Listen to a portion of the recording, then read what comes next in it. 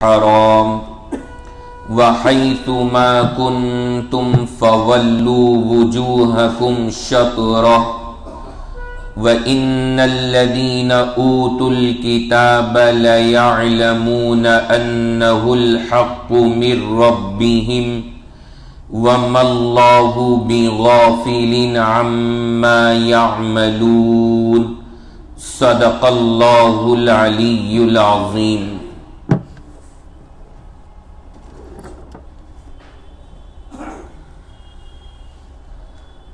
قرآن پاک کی سیرت مبارکہ کے اس سلسلے میں گزشتہ ہفتے آیت نمبر 143 اور آیت نمبر 144 کے تعلق سے باتیں عرض کی تھی، اور آیت نمبر 144 کے تعلق سے جو ابتدائی مضامین ہیں وہ تقریباً اکثر ہمارے سامنے آ چکے تھے۔ البتہ اس آیت مبارکہ کے ہی تعلق سے کچھ باتیں مزید باقی ہیں، ان باتوں کی تکمیل آج کی اس مجلس میں پہلے کریں گے۔ اللہ رب العزت سے دعا فرمائیں کہ اللہ خود مجھ کو بھی اور آپ تمام کے تمام حضرات کو ساری باتیں صحیح سے سمجھ کر عمل کی توفیق عطا فرمائے۔ یہ جو سورۃ البقرہ کی آیت نمبر 144 ہے، یہ اس آیت کا جو مضمون تھا وہ سارا آپ کے سامنے عرض کیا جا چکا۔ اللہ نے اس آیت کے اندر فرمایا تھا قد نرا تقلب وجہک فی السماء، اے نبی ہم دیکھ رہے ہیں کہ آپ اپنا چہرہ بار بار اٹھا کر دیکھتے ہیں آسمان کی جانب۔ فَلَنُوَلِّيَنَّكَ قِبْلَةً تَرْضَاهَا، اے نبی ہم آپ کا قبلہ وہی بنا دیں گے جو آپ چاہتے ہیں۔ فَوَلِّ وَجْهَكَ شَطْرَ الْمَسْجِدِ الْحَرَامِ، اب آپ پھیر لیجئے اپنا چہرہ مسجد الحرام کی جانب۔ یہ سب باتوں کی وضاحت آپ کے سامنے آئی ہوئی ہے۔ حضور علیہ السلام کی چاہت کیوں تھی، چاہت یہ بھی ہم نے بتا دیا تھا، اور اس کے بعد اللہ نے اس آیت میں پہلے تو یہ کہا کہ آپ کا قبلہ وہی بنا دیں گے، پھر اللہ نے فوراً اعلان بھی کر دیا کہ بنا دیا، اس کی بھی وجہ آپ کو بتا دی گئی تھی۔ آگے اللہ نے ایک قانون بیان فرمایا وَحَيْثُ مَا كُنْتُمْ فَوَلُّوا وُجُوهَكُمْ شَطْرَهُ، اللہ یہ ارشاد فرماتے ہیں کہ تم دنیا میں کہیں بھی رہو، نماز کے وقت اپنا چہرہ مسجد الحرام کی جانب پھیر لو۔ آگے ارشاد ہے وَإِنَّ الَّذِينَ أُوتُوا الْكِتَابَ لَيَعْلَمُونَ أَنَّهُ الْحَقُّ مِنْ رَبِّهِمْ، اللہ فرماتے ہیں کہ جن کو اللہ نے آسمانی کتابیں دی ہیں، یہود ہیں، عیسائی ہیں، ان سب کو اللہ کہہ رہے ہیں کہ یہ سب جانتے ہیں کہ یہ جو قبلے بدلے جا رہے ہیں یہ سارے فیصلے اللہ کی طرف سے ہیں، اور یہ سارے فیصلے اللہ کے بالکل صحیح ہیں، یہ سارے لوگ ان سب باتوں کو جانتے ہیں۔ وَمَا اللَّهُ بِغَافِلٍ عَمَّا تَعْمَلُونَ، اور آخر میں اللہ نے فرمایا کہ تم جو حرکتیں کر رہے ہو، یعنی یہود ہیں، نصارہ، عیسائی ہیں، مکہ کے کافر ہیں، یہ جو طرح طرح کی باتیں بناتے ہیں، اللہ نے فرمایا اللہ تمہاری حرکتوں سے غافل نہیں ہے، اللہ کی نظر ہر ایک کی ہر حرکت پر ہے۔ یہ مضمون ہے یہاں پر آیت نمبر 144 میں، اور یہ آیت مبارکہ پچھلے ہفتے بھی آپ نے سنی تھی، البتہ جہاں ہماری باتیں رہ گئی تھی اب ہم اپنی باتوں کا آغاز وہیں سے کریں گے۔ سب سے پہلے اللہ تبارک و تعالی نے یہاں پہ یہ جو بات کہی کہ اے نبی آپ بار بار آسمان کی جانب دیکھتے ہیں، ہمیں علم ہے اس بات کا، آپ چاہتی یہ ہیں کہ قبلہ بدل جائے، آپ کی یہ چاہت بھی ہمیں صحیح لگی، منظور ہے، آپ اب اپنا چہرہ اسی طرف پھیر لیں جہاں آپ کی چاہت ہے۔ اب یہاں جو لفظ اللہ نے ذکر کیا نا، یہ لفظ ہمارے لیے ذرا سمجھنے کا ہے۔ اللہ نے فرمایا شطر المسجد الحرام، یہ لفظ یہاں استعمال کیا گیا کہ آپ اپنا چہرہ اب مسجد حرام کی طرف پھیریے۔ اس لفظ کو ذرا سمجھنا ہے۔ اب خانہ کعبہ، میں نے گزشتہ ہفتے یہ بات سمجھا کے بات کو روکا تھا کہ وہاں جو یہ 4 دیواری بنی ہوئی ہے جس پر کالا غلاف پڑا ہے، اسے کیا بولتے ہیں؟ خانہ کعبہ، وہ کہلاتا ہے خانہ کعبہ۔ اس 4 دیواری کے جو چاروں طرف کھلا ہوا صحن ہے، اور پھر اس صحن کے بعد جو عمارت اور بلڈنگ بنی ہوئی ہے مسجد کا حصہ، وہ کیا کہلاتی ہے؟ مسجد الحرام۔ اللہ نے یہاں پر جو لفظ استعمال کیا نا، اللہ نے فرمایا آپ اپنا چہرہ مسجد الحرام کی طرف پھیر لیجیے۔ حالانکہ جو اصل قبلہ بنا ہے، اصل جو ہمارا رخ کرا گیا ہے، وہ مسجد الحرام ہی نہیں بلکہ مسجد الحرام کے اندر جو وہ چوکور جگہ ہے خانہ کعبہ، وہ ہمارا قبلہ بنا ہے۔ لیکن اللہ نے جب قبلے کا نام لیا تو خانہ کعبہ نہیں کہا، اللہ نے وہاں پہ مسجد الحرام کا لفظ استعمال کیا۔ اس سے اللہ نے ایک بہت بڑا قانون اور شریعت کا مزاج ہمیں سمجھا دیا۔ کیا ہے مزاج شریعت کا؟ دیکھیں، اس مزاج کو سمجھنے کے لیے آپ ایک مثال پہ غور کریں جو ایک اس سے ذرا ہٹ کے ہے، بات تھوڑی سمجھ میں آئے گی۔ جیسے مثال کے طور پہ آپ درس کے اندر آئے ہیں، اب بندہ کہیں بیٹھا ہے اطمینان سے، اور کبھی وہ پنکھوں کو دیکھ رہا ہے، کبھی وہ گھڑی کو دیکھ رہا ہے، کبھی وہ مسجد کے لائٹوں کو دیکھ رہا ہے۔ اب اس کا جو پاس میں بندہ بیٹھا ہے نا، اسے بھی ڈسٹرب ہو رہا ہے اس کی حرکت سے، حالانکہ یہاں کرتے نہیں اللہ کے شکر سے۔ میں ایک مثال دے رہا ہوں تاکہ سمجھ میں آئی یہ مضمون آپ کو۔ تو کوئی اگر ادھر ادھر دیکھ رہا ہے، اس کے پاس والے نے اس سے ایک جملہ کہا، اس نے کہا کہ بھائی بیان کرنے والے کی طرف دیکھو۔ ایک جملہ تو یہ ہے۔ دوسرا جملہ یا یہ کہا کہ بھائی مسجد کی محراب کی طرف دیکھو۔ دونوں میں نا تھوڑا سا فرق ہے۔ بیان کرنے والے کو دیکھو اور مسجد کی محراب کو دیکھو،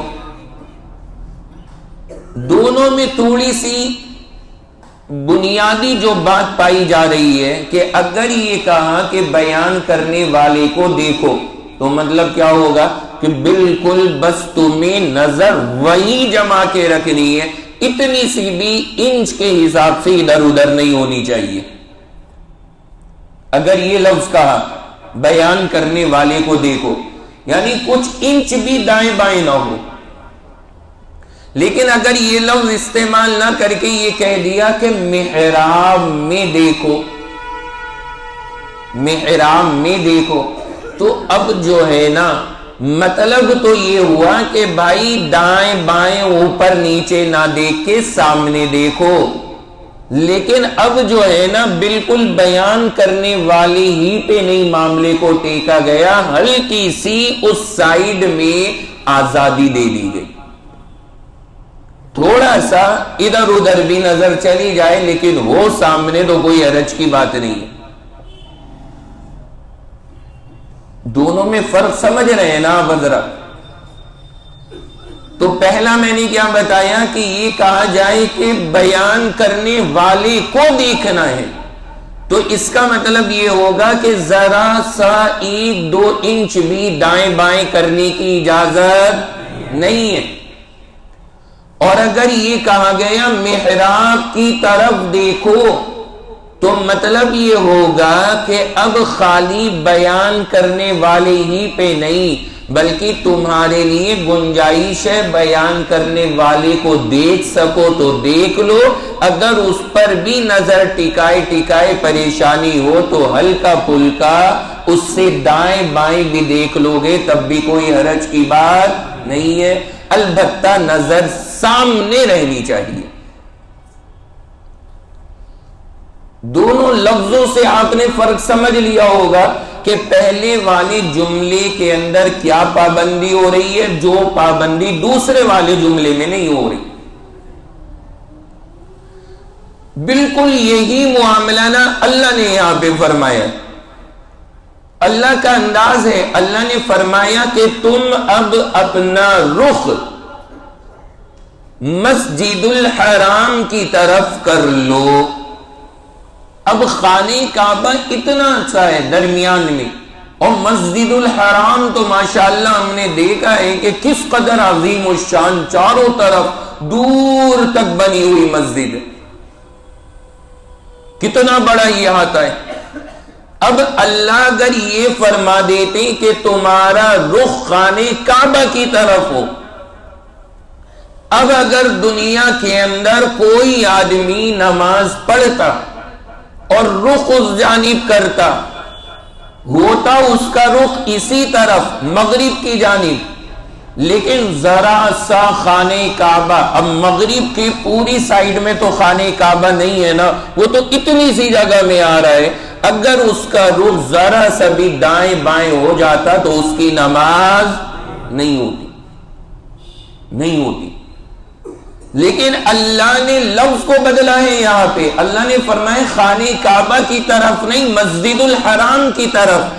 اللہ نے اس لفظ کو ذکر کر کے یہ بتا دیا کہ اگر آپ نے رخ کیا تو اسی طرف ہے جس طرف خانہ کعبہ ہے، لیکن ذرا سا کعبے سے دائیں یا بائیں آپ کا رخ ہو گیا، آپ کی بالکل سیدھ میں خانہ کعبہ نہیں آ رہا، تب بھی کوئی حرج کی بات نہیں ہے، آپ کی نماز ہو جائے گی۔ یہ بڑی اہم چیز ہے ہمارے اور آپ کے لیے، اور وہی بات جو میں بار بار عرض کرتا ہوں نا، اللہ کے کلام میں کوئی لفظ یا کوئی تعبیر بنا وجہ نہیں ہوتی کہ بس ویسے ہی ذکر کر دیا جائے، ویسے ہی ذکر کر دی جائے۔ ہر لفظ اور ہر تعبیر کی بڑی حکمتیں ہیں کہ وہ لفظ ذکر نہ کر کے اللہ نے اگر کوئی دوسرا لفظ ذکر کیا ہے تو اس میں یقیناً حکمت ہے اللہ کی، اور وہ حکمت یہ ہمیں غور کر کے سمجھ میں آتی ہے کہ یہ بنیادی حکمت تھی جس وجہ سے اللہ نے فرمایا شطر المسجد الحرام، کہ مسجد الحرام کی طرف اپنا چہرہ کرو۔ اللہ نے یہ نہیں فرمایا شطر بیت اللہ، کہ خانہ کعبہ کی طرف اپنا چہرہ کرو۔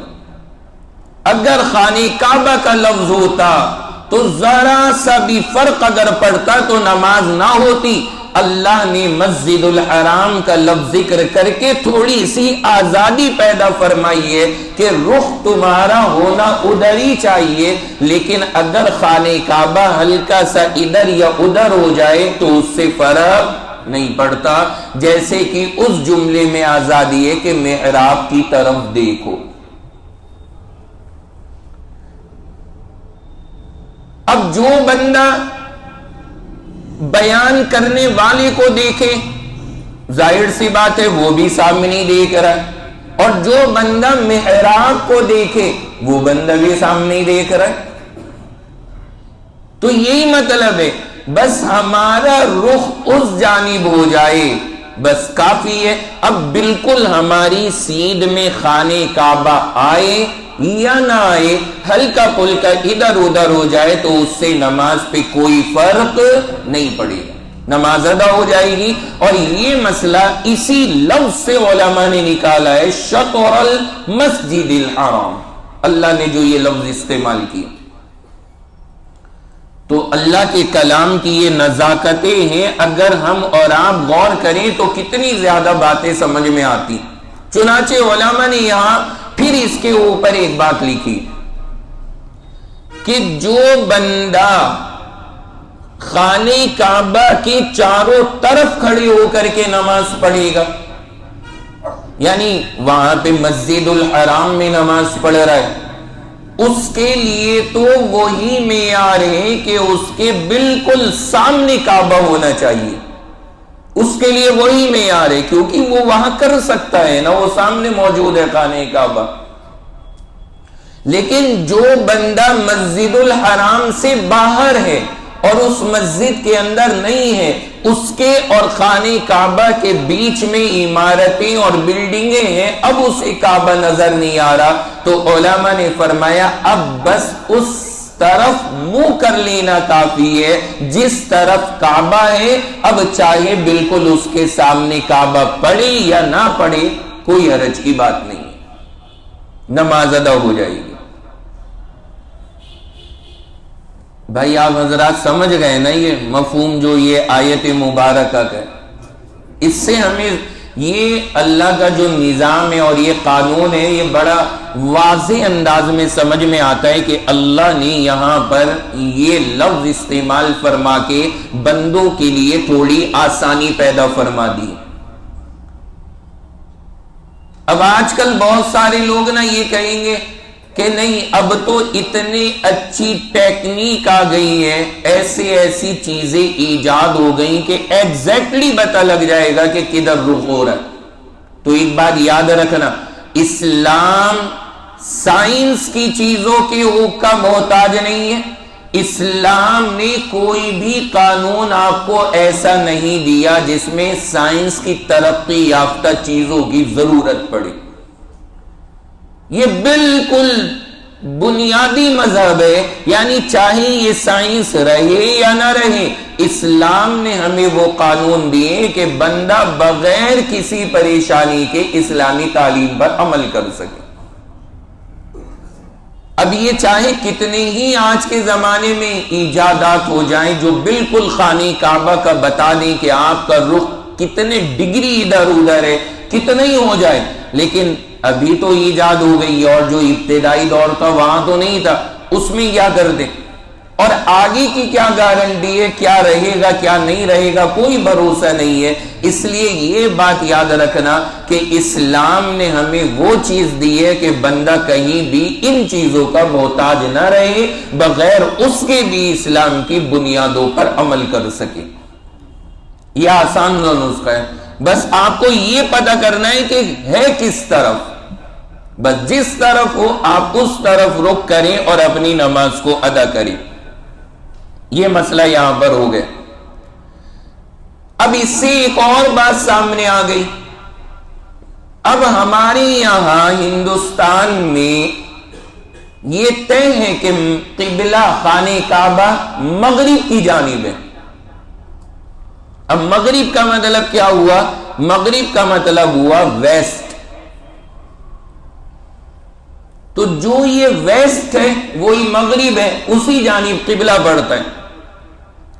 اب جو مسجدیں بنی ہوئی ہیں نا، ہمارے پاس اتنے مسئلے لے کر کے لوگ آتے ہیں، آنے کے بعد کہتے ہیں مفتی صاحب فلاں مسجد کا رخ صحیح نہیں ہے۔ کیوں؟ میں پوچھتا ہوں کیا گڑبڑی ہے وہاں میں؟ کوئی انہوں نے ساؤتھ اور نارتھ کی طرف کو بنا دی گیا مسجد، یا انہوں نے الٹی بنا کے کھڑی کر دی ایسٹ کی طرف، کہ وہاں پہ ہم جب وہ رکھ کے دیکھتے ہیں نا قطب نما، تو وہ ذرا سی سوئی نہ دائیں بائیں جانب کو دکھاتی ہے۔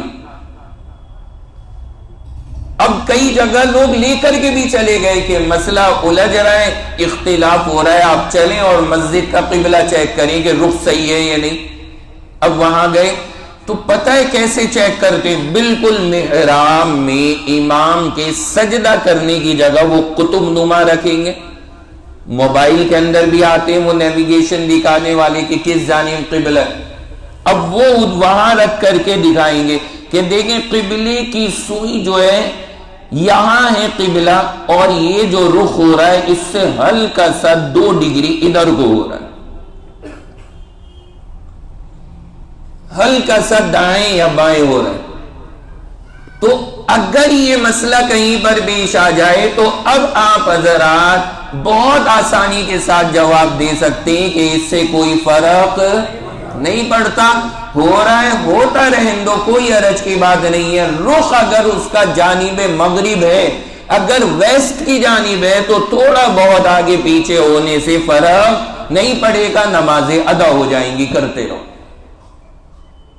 ایک جگہ کا معاملہ سامنے آیا، یہی سہارنپور کا، ایک حاجی صاحب ماشاءاللہ سے حاجی، اور وہ نماز مسجد میں نہیں پڑھ رہے ہیں، گھر پہ پڑھتے تھے نماز، گھر پہ نماز ادا کر رہے ہیں اپنے۔ ان کا پتہ لگا، لوگوں نے بتایا کہ یہ حضرت مسجد میں نہیں جاتے۔ اتفاق سے وہ ایک مرتبہ میرے پاس آ گئے، میں نے پوچھا مسجد نہیں جاتے؟ کہنے لگا کہ رخ غلط ہے، میں نے ان سے کہا ہے کہ صفے اس طرح نہیں اس طرح بچھاؤ، یہ لوگ نہیں بچھاتے، تو کہنے لگے اس لیے میں مسجد جاتا ہی نہیں، گھر ہی پڑھ لو۔ اب جب اس مسجد میں میرا ایک مرتبہ جانا ہوا، میں نے وہاں پہ وہ دیکھا تو وہ کیا تھا، بالکل اس کو رکھ کے نا بالکل معمولی سا فرق بھی نوٹ کر رہے تھے کہ ہلکی سی سوئی ادھر ہو رہی ہے، اس لیے نماز نہیں پڑھ لے۔ ارے اللہ کے بندو، سورۃ البقرہ آیت نمبر 144 144 ذرا اٹھا کر کے پڑھ لیتے۔ اللہ نے تو خود قرآن میں شطر المسجد الحرام فرمایا ہے، شطر بیت اللہ نہیں فرمایا۔ اللہ نے یہ ہمیں آسانی دی ہے تو ہم کیوں پریشانیاں پیدا کر رہے ہیں؟ تو یہاں جو یہ ذرا سے فرق پہ نا لوگ الجھتے پھرتے، اب آپ حضرات اللہ نے چاہا جب وہاں پہ کہیں ایسی جگہ موجود ہوں گے آسانی سے بتا سکتے کہ اتنے فرق سے کوئی حرج کی بات نہیں ہے، نماز ہو جائے گی اگر رخ اس کا صحیح ہے۔ بس رخ جو ہے نماز میں جانب مغرب ہونا چاہیے، ہندوستان میں نماز ادا ہو جائے گی۔ تو یہ بات بندے کو ذہن میں رکھنی چاہیے۔ اچھا، اس کی دلیل بھی میں ایک اور دے دوں آپ کو، اللہ کے نبی علیہ السلام کے ایک عمل سے اور آپ کے ایک ارشاد سے۔ حضور علیہ السلام نے مدینہ والوں کے لیے قبلہ بتایا کہ مدینہ والوں کا قبلہ کدھر ہے۔ حضور کے الفاظ سنے، حضور نے فرمایا ما بین المشرق والمغرب قبلۃ۔ اللہ کے نبی علیہ السلام نے فرمایا کہ مشرق اور مغرب کے درمیان والی جو جگہ ہے وہ مدینہ والوں کا قبلہ ہے۔ مشرق اور مغرب کے بیچ میں جو جگہ ہے وہ مدینہ والوں کا قبلہ ہے۔ اب مشرق اور مغرب کے بیچ کی جگہ مدینہ والوں کا قبلہ، اس کا کیا مطلب ہوگا؟ یہاں پہ پہلے آپ ذرا ایک بات یہ سمجھ لیں، جو 4 سائیڈیں ہیں نا، مشرق مغرب شمال جنوب، ہمارے یہاں جو یہ آج کل کی نیو جنریشن ہے نا، ان کا حال عجیب و غریب ہے۔ ان کے سامنے اگر اردو کا یا ہندی کا لفظ آ جائے نا، انہیں پلے ہی نہیں پڑتا، پلے نہیں پڑتا۔ انہیں جب تک ایسٹ ویسٹ نارتھ ساؤتھ میں نہ سمجھاؤ تب تک ذہن میں بات نہیں آتی ہے، یا نہیں ایسا معاملہ؟ تو یہ ذرا ذہن میں رکھیے گا، مشرق مغرب شمال جنوب، جو مشرق ہے یہ 4 لفظ اسی طرح مشرق مغرب شمال جنوب بالکل اسی پر ہے، ایسٹ ویسٹ نارتھ ساؤتھ۔ بھائی سمجھ گئے یا نہیں سمجھ رہا؟ کچھ کے سامنے اگر بولو نا کہ 48 82 86 تو کہتے اس میں بتائیے، کس میں بتائیے؟ انگلش میں 88 82 86، انہیں 86 نہیں پتا ہوتا، 86 پتا۔ یہ ہمارے ملک کا عجیب و غریب حال ہے۔ اور یہ دیوانگی جو ہے نا انگریزی سے، یہ یہی دیکھنے کو ملے گی آپ کو، یہ یہی دیکھنے کو ملے گی۔ آپ دنیا کے ترقی یافتہ ممالک میں چلے جائیں، چائنا جائیں، جاپان جائیں، کہیں بھی جا کر کے دیکھ لیں، اگر وہ سائن بورڈ بھی کہیں لگا رہے ہیں نا، اپنی زبان میں لکھا ہوگا۔ ہاں یہ تو کر سکتے ہیں کہ اپنی زبان کے ساتھ ساتھ اگر کوئی پبلک پیلس ہے تو وہاں انگلش بھی لکھ دیں، لیکن ایسا نہیں ہوگا کہ صرف انگلش ہو اور ان کی زبان نہ ہو۔ سعودیہ جائیں گے وہاں عربی میں ملے گا، یا عربی اور انگلش دونوں ملے گی، ایسا نہیں ہوگا کہ انگلش چل رہی اور عربی غائب ہے۔ یہ تو ہمارے یہاں کا حال ہے کہ جو ہماری ملکی زبان ہے وہ لوگ واقف نہیں ہیں، اور وہ سارے کے سارے اب انگریز بن چکے ہیں، سارے انگریز۔ عجیب و غریب نظام ہے، کیا کیا جا سکتا ہے؟ میں نے آپ کو بتایا تھا، سنایا تھا اپنے ساتھ جو معاملہ پیش آیا تھا کہ وہ ایک جگہ شو روم پر جانا ہوا تو وہاں پہ وہ لیپ ٹاپ دکھا رہے، اب وہ جو بتانے والے صاحب تھے یا صاحبہ تھی نا، وہ اتنی انگلش بول رہے، اتنی انگلش، سمجھ میں ساری بات آ رہی، اللہ کا فضل سب کچھ، لیکن میرے دماغ میں ایک بات آئی، میں نے کہا اگر کوئی سیدھا مولوی آ گیا وہ تو بیچارہ اس کی کچھ سمجھ ہی نہیں پائے گا، کیا تقریر کر رہی ہے اتنی دیر تک۔ میں نے کہا یہ تو غلط ہو جائے گا، اب چاہے مجھے سمجھ میں بھی آ رہی ہے لیکن اس کا علاج ضروری تھا۔ جب اس نے وہاں پہ اپنی پوری تقریر کر دی اور سب کچھ ہو گیا، اب بولتی ہے کہ سر کیا چاہیے آپ کو، یہ زیادہ بیٹر لگا یا یہ؟ تو بس میں نے پھر اپنے انداز میں آ گیا، میں نے کہا انی لا اشتہی فیہ لأنہ غال جدا۔ بس اب وہ دیکھتی ہے کوئی وظیفہ پڑھ رہے کیا حضرت؟ پھر بولی آئی ڈونٹ انڈرسٹینڈ، نہیں سمجھ میں آیا۔ میں نے پھر تھوڑا اور بڑھا دیا جملہ، تو پھر کہتی کہ سر ہمارے یہاں کی زبان نہیں ہے۔ تو میں نے کہا جس میں آپ اتنی دیر سے بات کر رہی تھی یہ کون سی یہاں کی زبان ہے؟ اگر آپ دوسری ملکی زبان پہ جا سکتی ہیں تو ہم اپنی دوسری زبان پہ کیوں نہیں جا سکتے؟ اگر آپ کو انگریزی اتنی اچھی لگتی ہے تو ہمیں عربی بڑی پسند ہے، آپ انگلش میں بولو ہم عربی بولیں گے۔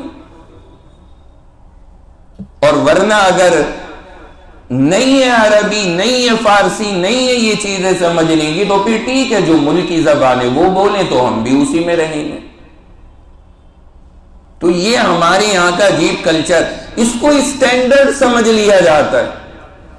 میں یہ کہا کرتا ہوں آپ سیکھیے، آنی چاہیے، کیونکہ ضرورت سب چیز کی پڑتی ہے، زبانیں ساری آنی چاہیے، بولیں آپ اپنی زبان، سیکھ لیں، سیکھنے میں حرج نہیں ہے، لیکن وہاں پر استعمال کریں، وہاں پہ بولیں جہاں ضرورت ہو، بنا وجہ اس کو بول کر کے یہ دکھانا کہ ہم کچھ ہائی لیول کے لوگ ہیں، ایسا کچھ نہیں ہے۔ یہ اور انسان کی گھٹیا سوچ کی بات ہے کہ اپنی زبان چھوڑ کر ادھر ادھر بھاگا پھر رہے، یہ کون سا ہائی لیول ہو گیا؟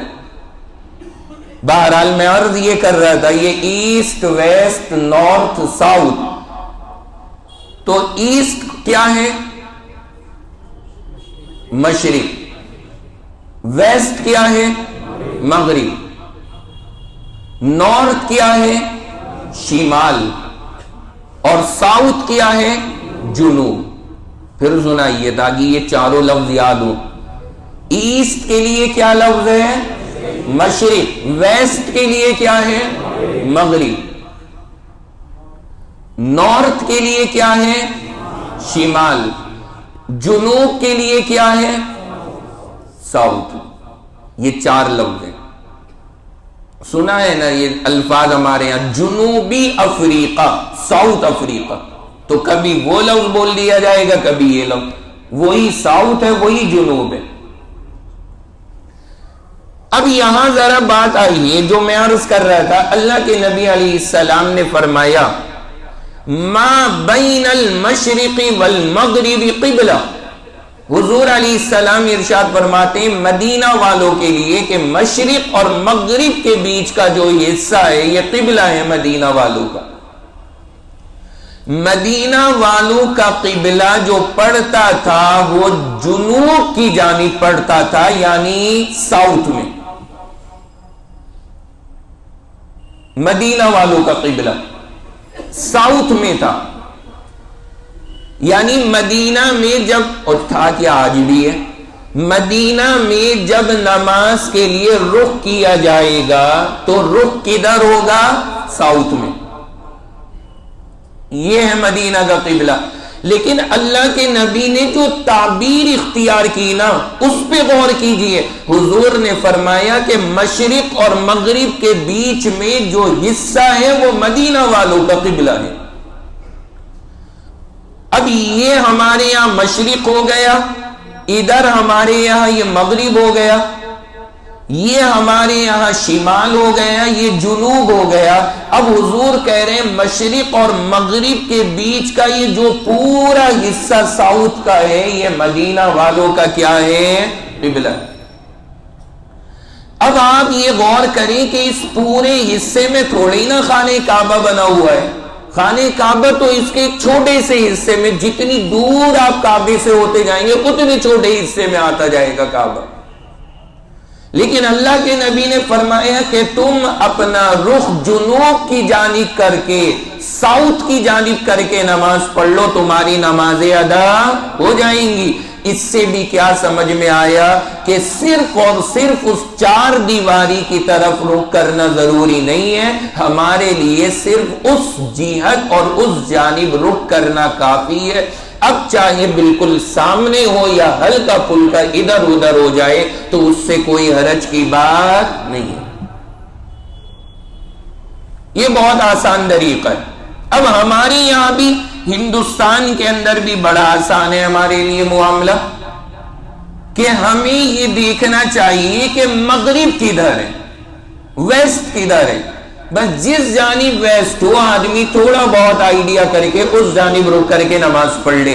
اسی لیے ہم آسانی کے لیے جب لوگ ہم سے پوچھتے مفتی صاحب اگر قبلہ نہ پتا ہو کیسے پتا کریں، کیسے پتا کریں، تو میں ان کو آسانی کے لیے بتاتا ہوں کہ آپ یہ دیکھ لیں کہ سورج کدھر ڈوب رہا ہے، دوپہر کے بعد سورج کدھر جا رہا ہے. اگر دوپہر سے پہلے کا وقت ہے تو یہ دیکھ لیں آ کدھر سے رہا ہے، اور اگر دوپہر کے بعد کا وقت ہے تو یہ دیکھ لیں ڈوب کدھر رہا ہے.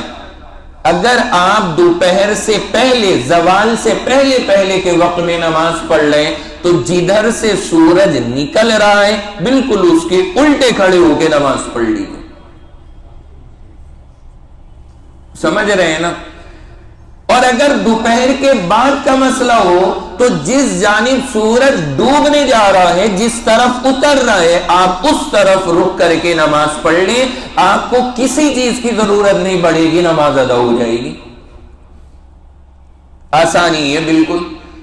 بہت سارے ہمارے بھائی اس میں پریشان ہوتے ہیں، کچھ تو نماز ہی رہنے دیتے ہیں کہ موبائل کا ایپ کام نہیں کر رہا تھا کہ جس سے ہمیں پتہ لگتا کہ رخ کدھر ہے، بتانے والا کوئی تھا نہیں، ہم نے نماز نہیں پڑھی. ارے اللہ کے بندو سورج تو تھا. میں نے کہا نا اسلام نے ہمیں ان چیزوں کا محتاج بنا کے نہیں چھوڑا، ہمیں اسلام نے ایسی بنیادیں دی ہیں کہ بندہ ہر جگہ عمل کر سکتا. آپ آرام سے سورج کو دیکھیں، نماز پڑھی. اچھا اس میں ایک بات بڑی مزے کی ہے وہ بھی یاد رکھنا، اگر کسی کو زیادہ ہی ناپنے وابنے کا شوق ہو کہ نہیں میں تو بالکل ناپ تول کے اور حساب کتاب لگا کے پڑھوں گا، تو اس میں ذرا ایک بات یاد رکھنا کہ سردیوں میں جو سن سیٹ ہے، جہاں پہ سورج ڈوبتا ہے، ڈوبے گا اسی جانب لیکن ہلکا سا فرق ہوگا. گرمیوں میں جہاں ڈوب رہا ہے سردیوں میں اس سے ہلکا سا فرق ہوتا ہے، دونوں کے بیچ میں گیپ ہوگا. بات سمجھ رہے ہیں نا؟ دونوں کے بیچ میں گیپ ہوتا ہے. اب اس کے لیے 2 دن یاد رکھیں. نمبر 1 سب سے پہلا یاد رکھنا سال کا سب سے بڑا دن، اور دوسرا نوٹ کر لیں سال کا سب سے چھوٹا دن. جو ہمارے یہاں سال کا سب سے بڑا دن ہے وہ 22 جون کا ہوتا ہے، 22 جون. تو جون کی 22 کو سب سے بڑا دن، اور جو سب سے چھوٹا دن ہے ہمارے یہاں وہ دسمبر کی 22 کو ہے. دسمبر کی 22 کو سب سے چھوٹا اور جون کی 22 کو سب سے بڑا. آپ دسمبر کی 22 کو کھڑے ہو جائیں. آ گئی یا نہیں 22؟ ابھی تو آن، ہاں ابھی تو دن ہے. اس بار تیار رہنا 22 دسمبر کو. تو 22 دسمبر کو جس جگہ پہ جا کر کے وہ سورج ڈوب رہا ہے، آپ اس کو نوٹ کر لیں کہ اپنی چھت پہ کھڑے ہو کر کے اس جگہ پہ نوٹ ڈوبا ہے، ہماری چھت کی باؤنڈری کی اس دیوار کے اوپر. پھر اس کے بعد جب 22 جون آئے پھر چلے جائیے اپنی چھت پر اور جا کر کے اس دن نوٹ کرنا کہ آج جب ڈوب رہا تھا تو ادھر پہ ڈوبا ہے. بس اس کے بیچ کا جتنا بھی علاقہ ہوگا وہ آپ کا قبلہ ہوگا. اس پہ آپ کسی بھی طرف کو رخ کر کے آپ نماز ادا کر لیں گے، آپ کی نماز ادا ہو جائے گی. آسان طریقہ ہو گیا نا، بندہ اندازہ کر لے. اب 22 23 24 25 یہ جو ایام ہے 22 سے لے کر 25 تک کے، یہ بعض کی تحقیق ہوتی ہے کہ 22 کا ہے، بعض کی تحقیق ہوتی ہے 24 25 کا ہے. لیکن بہرحال ایک میں نے ایک اندازہ لگانے کے لیے، کیونکہ آئیڈیا آپ کو لگ جائے گا، اس طرح سے بندہ حساب لگا سکتا ہے. اچھا یہ ہم اور آپ کم از کم اگر ہم اس کے مطابق نہ بھی پڑھیں لیکن کر کے دیکھ لیجئے گا حساب، تاکہ آپ کو آئیڈیا لگے کہ کتنی بڑی وہ جگہ ہے جس طرف ہم رخ کر کے اپنی نماز کو ادا کر سکتے ہیں. کتنی اللہ نے ہمیں گنجائش دی. کریں گے انشاءاللہ. ہاں تو تھوڑا سا ان باتوں کا دھیان رکھنا چاہیے. یہ باتیں میں نے اس لیے عرض کی ہیں کہ یہ قبلے کا مسئلہ نا اتنا اہم ہے ہمارے لیے، اور ان باتوں کا سمجھنا بڑا ضروری ہے تاکہ بندہ نماز میں کوئی اٹک ہمارے نہ پیدا ہو. اور یہ قبلے کے تعلق سے جو بنیادی چیز تھی یہ ساری اللہ کے فضل سے آپ کے سامنے عرض کر دی. اس کے بعد اللہ تبارک و تعالی نے ایک جملہ ارشاد فرمایا، وَإِنَّ الَّذِينَ أُوتُوا الْكِتَابَ لَيَعْلَمُونَ أَنَّهُ الْحَقُّ مِنْ رَبِّهِمْ. اس جملے کو ذرا سمجھیں. اللہ ارشاد فرما رہے ہیں کہ جن کو اللہ نے کتاب دی وہ یہ بات جانتے ہیں کہ یہ قبلے کا بدلہ جانا یہ بالکل صحیح ہے اور یہ حضور کی کوئی غلطی نہیں ہے، بلکہ یہ سب اللہ کی طرف سے ہے. کن کو دی ہے اللہ نے کتاب؟ یہود کو اور عیسائیوں کو. تورات انجیل. ہمارے بہت سارے بھائی پوچھتے ہیں زبور والوں کا ذکر نہیں آتا کبھی. اللہ نے آسمان سے یہ 3 بڑی کتابیں قرآن سے پہلے اتاری ہیں، تورات ہے، انجیل ہے، زبور ہے، لیکن ان کا ذکر نہیں آتا. وجہ یاد رکھیے گا کہ ان کے ماننے والے بڑے کم رہے اور اس کے بعد وہ ختم بھی ہو گئے، پھر ان کے زیادہ تر فالوورز آگے نہیں رہے، اس لیے ان کا تذکرہ نہیں آتا. بخلاف تورات اور انجیل والی قوموں کے ان کے ماننے والے آج بھی موجود ہیں، اس لیے کثرت کے ساتھ میں ان کا تذکرہ آتا ہے. تورات اور انجیل، یہود اور عیسائی. زبور حضرت داؤد کو ملی تھی، ان کے ماننے والے داؤدی کہلائیں گے. جیسے حضرت موسیٰ حضرت عیسیٰ، ایسے ہی حضرت داؤد. بہرحال یہاں پر میں یہ بات عرض کر رہا، اللہ نے کہا کہ جن کو کتاب ملی وہ یہ بات جانتے ہیں کہ یہ قبلوں کا بدلہ جانا یہ کوئی حضور کی غلطی نہیں ہے، بلکہ یہ کس کا فیصلہ ہے؟ اللہ کا ہے، اور بالکل صحیح ہے. تو کتاب والے یہ بات کیسے جانتے ہیں کہ یہ فیصلے صحیح ہیں سارے اللہ کی طرف سے؟ اس کی وضاحت ذرا آپ حضرات ذہن میں رکھیے گا. وجہ اس کی یہ ہے کہ تورات کے اندر بھی یہ بات لکھی ہوئی ہے، تورات میں یہ بات لکھی ہوئی ہے کہ جو آخری نبی آئیں گے وہ 2 قبلوں کی جانب نماز پڑھیں گے۔ تورات میں موجود ہے کہ آخری نبی جو آئیں گے وہ کتنے قبلوں کی طرف؟ 2 قبلوں کی طرف نماز پڑھیں گے۔ تو جب تورات میں یہ بات لکھی ہے کہ آخری نبی 2 قبلوں کی جانب نماز پڑھیں گے، تو اس کا مطلب یہودیوں کو، عیسائیوں کو پتا ہے کہ یہ جو آخری نبی ہے ان کا قبلہ پہلے کچھ اور ہوگا، بعد میں کوئی دوسرا بنایا جائے گا، یہ سب جانتے ہیں، لیکن اس کے باوجود نہیں مانتے۔ وجہ کیا ہے؟ حسد۔ وجہ کیا ہے؟ حسد۔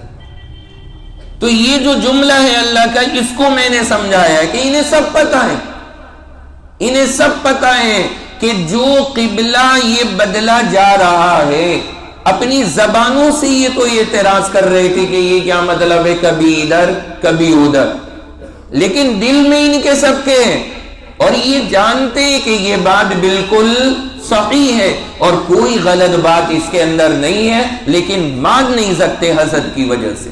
وَإِنَّ الَّذِينَ أُوتُوا الْكِتَابَ لَيَعْلَمُونَ، اللہ کہہ رہے ہیں اہل کتاب کو یقیناً پتا ہے کہ یہ فیصلہ صحیح ہے، ان کی کتاب میں ہونے کی وجہ سے۔ بھائی سمجھ گئے نا اس کا مطلب؟ کتاب میں تورات کے اندر لکھا ہوا ہے کہ آخری نبی نے 2 قبلوں کی جانب نماز پڑھی، تو پھر کیا غلطی کا چانس رہ گیا؟ پھر تو کوئی ان کے لیے، بلکہ میں تو یہ کہا کرتا ہوں اگر حضور کا قبلہ نہ بدلا جاتا تب یہود کو شک ہونا چاہیے تھا، یہود کو تو شک جب ہونا چاہیے تھا کہ جب اللہ کے نبی کا قبلہ اگر نہ بدلا جاتا، قبلہ بدلا جانے سے تو انہیں اور زیادہ کھل کے یقین ہو جانا چاہیے، کیونکہ ان کی کتاب انہیں یہی علامت بتا رہی ہے، لیکن مان نہیں سکتے حسد کی وجہ سے۔ عجیب و غریب قوم ہے یہ، اس قوم کی مثال نہیں مل سکتی جو ہم نے پہلے پارے کے شروع کا جو تقریباً پون پارا تھا، ان کی جو حرکتیں سنی ہے وہ ہمیں پتہ ہے کہ کس طبقے والی قوم تھی۔ کل درس سیرت کے اندر میں عرض کر رہا تھا، اللہ کے نبی علیہ السلام کے پاس یہود کے ایک عالم آتے، ان کا نام ہے میمون، حضور کے پاس آئے اور آنے کے بعد اللہ کے نبی علیہ السلام بڑی ایمان لے آئے، کلمہ پڑھ لیا حضور کا، یہودیوں کے عالم ہیں، اور کہتے ہیں اللہ کے نبی سے، یا اللہ، اے اللہ کے نبی، آپ مجھے نا ذرا سا کہیں چھپا دیجئے اور اب یہود کو بلا لیجئے۔ اس طرح کا واقعہ عبداللہ ابن سلام کا بھی ہے، ان کا بھی ہے، حضرت میمون کا بھی۔ حضور نے بلا لیا یہودیوں کو اور حضرت میمون کو اندر بٹھا دیا، اور بلانے کے بعد اللہ کے نبی نے یہودیوں سے کہا کہ ایمان لے آؤ، انہوں نے کہا نہیں ہم تو نہیں لانے والے۔ اب پتہ ہے حضور نے ان کے سامنے ایک آفر رکھا، حضور نے کہا کہ دیکھو ایک نہ بیچ کا بندہ بنا لو، میں اس کے سامنے اپنی بات رکھوں گا، تم اس کے سامنے اپنی بات رکھنا، وہ جس کی بات کے صحیح ہونے کا فیصلہ کرے گا وہ مان لیں، ایک بیچ کا بنا لو۔ اگر اس نے کہہ دیا کہ ان پر ایمان لے آؤ تو تم ایمان لے آنا، ٹھیک ہے چلو۔ اب حضور نے ان سے ہی کہا بتاؤ، تم ہی بتاؤ کسے بناؤ گے بیچ کا؟ یہود سے حضور پوچھ رہے تم بتاؤ، اور یہود نے نام لیا کہ ہم میمون کو بنائیں گے، اور انہیں کیا پتا وہ بنے بنائے اندر بیٹھے۔ یہود خود کہہ رہے ہیں زبان سے کہ میمون ہمارے بیچ میں رہیں گے، وہ جو فیصلہ کریں گے منظور ہے۔ حضور نے کہا کہ ٹھیک ہے، دیکھ لو اچھی طرح، سوچ لو، سمجھ لو، کبھی پھر تم بھٹک جاؤ۔ نہیں، بالکل طے ہے، جو وہ کہیں گے اس کے مطابق ہوگا۔ اللہ کے نبی نے آواز دی بھائی میمون آ جاؤ۔ اب وہ آ گئے اور بات تو کیا سنیں گے، انہوں نے آ کر کے تو انہیں کلمہ سنا دیا پڑھ کر کلمہ شہادت۔ اللہ کے نبی نے کہا اب مانو ان کی بات کہ یہ میں ہوں، اس کی مانیں گے، اس کی تو کبھی نہیں مان سکتے۔ کمال کی قوم ہے، اس کی زبان اور ان کے معاملات کی کوئی گارنٹی وارنٹی نہیں ہے، بالکل عجیب و غریب معاملہ ہے۔ ابھی کہہ رہے تھے کہ وہ جو فیصلہ کریں گے مان لیں گے، اور اب جب انہوں نے کلمہ سنایا اب منع کرنے لگے کہ اس کی تو کبھی بھی نہیں مان سکتے، یہ کیا فیصلہ کرے گا؟ تو اللہ اس بات کو ذکر فرما رہے ہیں کہ یہ جو قبلے بدلے جا رہے ہیں نا، یہ سب جانتے ہیں کہ اللہ کے یہاں کیا صحیح ہے کیا نہیں ہے، اور یہ قبلے بدلا جانا تو آخری نبی کی علامت ہے، لیکن ہے نالائق، مان نہیں سکتے جاننے کے باوجود بھی۔ اور یہ تو ساری جانتے تھے۔ اچھا، مسجد اقصی ہے ہی کب سے؟ مسجد اقصی اور اس کی جو بنیاد اصل رکھی گئی ہے وہ حضرت سلیمان علیہ السلام سے، حضرت سلیمان سے، اور حضرت سلیمان علیہ السلام حضرت ابراہیم کے تقریباً 1000 سال کے بعد آئے ہیں، 1000 سال کے بعد میں۔ تو اسی سے سب کو اندازہ تھا، یہ تاریخ انہیں بھی پتہ تھی کہ یہ بیت المقدس مسجد اقصی حضرت سلیمان کی یادگار ہے، اور سلیمان تو ابراہیم کے بھی 1000 سال بعد ہے۔ تو اس وقت تک جتنے سینکڑوں اور ہزاروں نبی آئے سب کا قبلہ کیا رہا ہوگا؟ خانہ کعبہ۔ بھائی جب وہ تھی نہیں تو پھر قبلہ کیسے رہتی کسی کا؟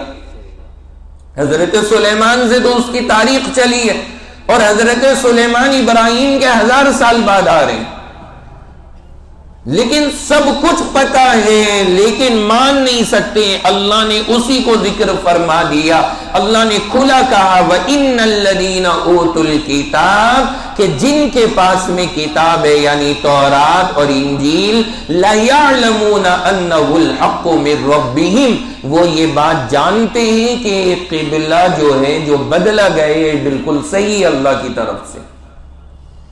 وَمَا اللَّهُ بِغَافِلٍ عَمَّا تَعْمَلُونَ، اللہ کہتے ہیں اللہ غافل نہیں ہے تمہاری حرکتوں سے، اللہ ہر حرکت کا حساب برابر کرے گا، بس مہلت ہے۔ یہ تو آیت مبارکہ تھی جو ہمارے سامنے تھی۔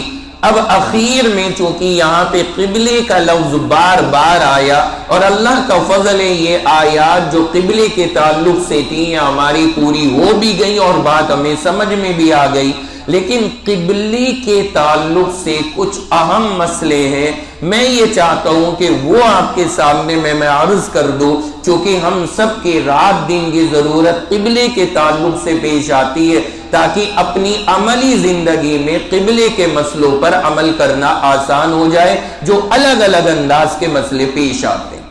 وہ ذرا 4-5 اہم مسئلے انہیں سن لیں۔ نمبر 1، سب سے پہلا مسئلہ یہ تو بیان کے درمیان میں آ ہی گیا ہے لیکن دوہرا لیں اسے بھی، کہ جو بندہ ایسی جگہ نماز پڑھ رہا ہے کہ اسے خانہ کعبہ نظر آ رہا ہے تو اب اس کو اپنا رخ کہاں کرنا پڑے گا؟ خانہ کعبہ کی طرف۔ جب نظر آ رہا ہے تو اسی کی طرف۔ لیکن اگر کوئی بندے اور خانہ کعبہ کے بیچ میں کوئی رکاوٹ آ گئی اور اب اسے خانہ کعبہ نظر نہیں آتا، بلڈنگیں آ گئیں، شہر آ گئے، ملک کے ملک آ گئے، تو اب اس کے لیے خاص خانہ کعبہ کا رخ ضروری نہیں، بلکہ اس کے لیے صرف اس طرف رخ کرنا کافی ہے جس طرف خانہ کعبہ موجود ہے۔ اب اگر تھوڑا بہت آگے پیچھے ہوگا تو کوئی حرج کی بات نہیں ہے، یہ مسئلہ آ چکا ہے۔ آگے چلیں، اگر اللہ کسی کو خانہ کعبہ کی چھت پہ چڑھا دے، خانہ کعبہ کی چھت پر ہو یا خانہ کعبہ کے اندر جانے کا موقع مل جائے، قسمت ہے کسی کی، باہر آ خانہ کعبہ کی کوئی چھت پر کھڑا ہو یا خانہ کعبہ کے اندر کھڑا ہو، اب رخ کیا کیا ہوگا؟ اس بارے میں اصول شریعت کا یاد رکھنا کہ خانہ کعبہ کی چھت کے اوپر کھڑے ہو کر کے چاروں رخ پہ نماز جائز ہے، چاروں رخ پہ جائز ہے، چاہے ادھر کر لو چاہے ادھر، ایسٹ ویسٹ نارتھ ساؤتھ مشرق مغرب شمال جنوب سب جائز، کدھر ہی کریں۔ یہی حال ہے خانہ کعبہ کے اندر کا۔ اگر خانہ کعبہ کے اندر اللہ ہمیں پہنچائے اور نماز پڑھنے کا موقع مل جائے تو پھر چاروں طرف نماز جائز ہے، بندہ چاروں طرف رک کر کے اندر نماز پڑھ سکتا ہے۔ یہ بات بھی یاد رکھے، یہ نہ سوچیں کہ کیسے ممکن ہے، پتہ نہیں اللہ کس کو کیا موقع دے دے، ناممکن تو کچھ بھی نہیں ہے، مانگ بھی لینا چاہیے اللہ سے، بڑی سعادت کی بات ہے اگر کسی کو ایسا خوبصورت موقع ملے۔ اس کے بعد اگلی بات قبلے کے تعلق سے کہ مسجد حرام میں جہاں خانہ کعبہ بنا ہوا ہے وہاں پہ جب نماز با جماعت پڑھی جائے تو امام اپنا مصلی بچھا کے ایک طرف کھڑے ہوتے، ایک سائیڈ میں امام کا مصلی، جس سائیڈ میں امام کا مصلی ہے اس سائیڈ میں کوئی بندہ امام سے آگے نہیں ہونا چاہیے۔ اگر کوئی اس سائیڈ میں امام سے آگے ہو گیا اس کی نماز نہیں ہوگی۔ مان لیجئے امام کا مصلی بچھا ہوا ہے خانہ کعبہ سے 2 صف کے فاصلے پر، مثال دے کے بتا رہا ہوں، امام کے پیر میں اور خانہ کعبہ کی دیوار میں اس طرف 2 صف کا فاصلہ ہے۔ اب کوئی اسی سائیڈ میں کھڑا ہے آگے صف کے اندر اور اس میں اور خانہ کعبہ کی دیوار میں 1 صف کا فاصلہ رہ گیا اور ہے وہ اسی سائیڈ جس سائیڈ میں امام ہے، تو اس کی نماز نہیں ہوگی۔ لیکن امام کھڑا ہے ایک طرف، امام کے پیروں میں خانہ کعبہ کی دیوار میں 2 صف کا فاصلہ ہے، لیکن خانہ کعبہ کی جو باقی 3 سائیڈیں ہیں اس طرف اگر کوئی نیت باندھے اسی امام کے ساتھ، لیکن بالکل خانہ کعبہ کی دیوار کی جڑ میں وہ سجدہ کر رہا ہے، تب بھی اس کی نماز ادا ہو جائے گی۔ بھائی سمجھ گئے نا آپ حضرات؟ جس سائیڈ میں امام ہے نا اس سائیڈ میں امام سے آگے نہیں ہونا چاہیے، باقی 3 سائیڈ میں اگر کوئی اور زیادہ آگے کھڑا ہوا ہے تو اس کی نماز ادا ہو جاتی ہے۔ اور آج کل تو وہاں بڑی پریشانی کا معاملہ ہے، اللہ رحم کرے، انہوں نے عجیب و غریب نظام بنا دیا۔ جب گرمیوں کا معاملہ ہوتا ہے تو امام صاحب باہر آتے ہی نہیں ہیں، آتے ہی نہیں باہر۔ پتہ ہے کیا کرتے ہیں؟ وہ جو پیچھے بلڈنگ بنی ہوئی ہے امام کو اسی میں کھڑا کر کے نماز پڑھوا دیتے ہیں۔ امام باہر نکل کے طواف کی جگہ پار کر کے خانہ کعبہ تک بھی نہیں آتے، اندر ہی کھڑے کر دیتے اے سی روم میں، وہاں سے نماز پڑھاتے۔ اب یہ جو سچویشن ہے نا یہ بڑی خطرناک ہے۔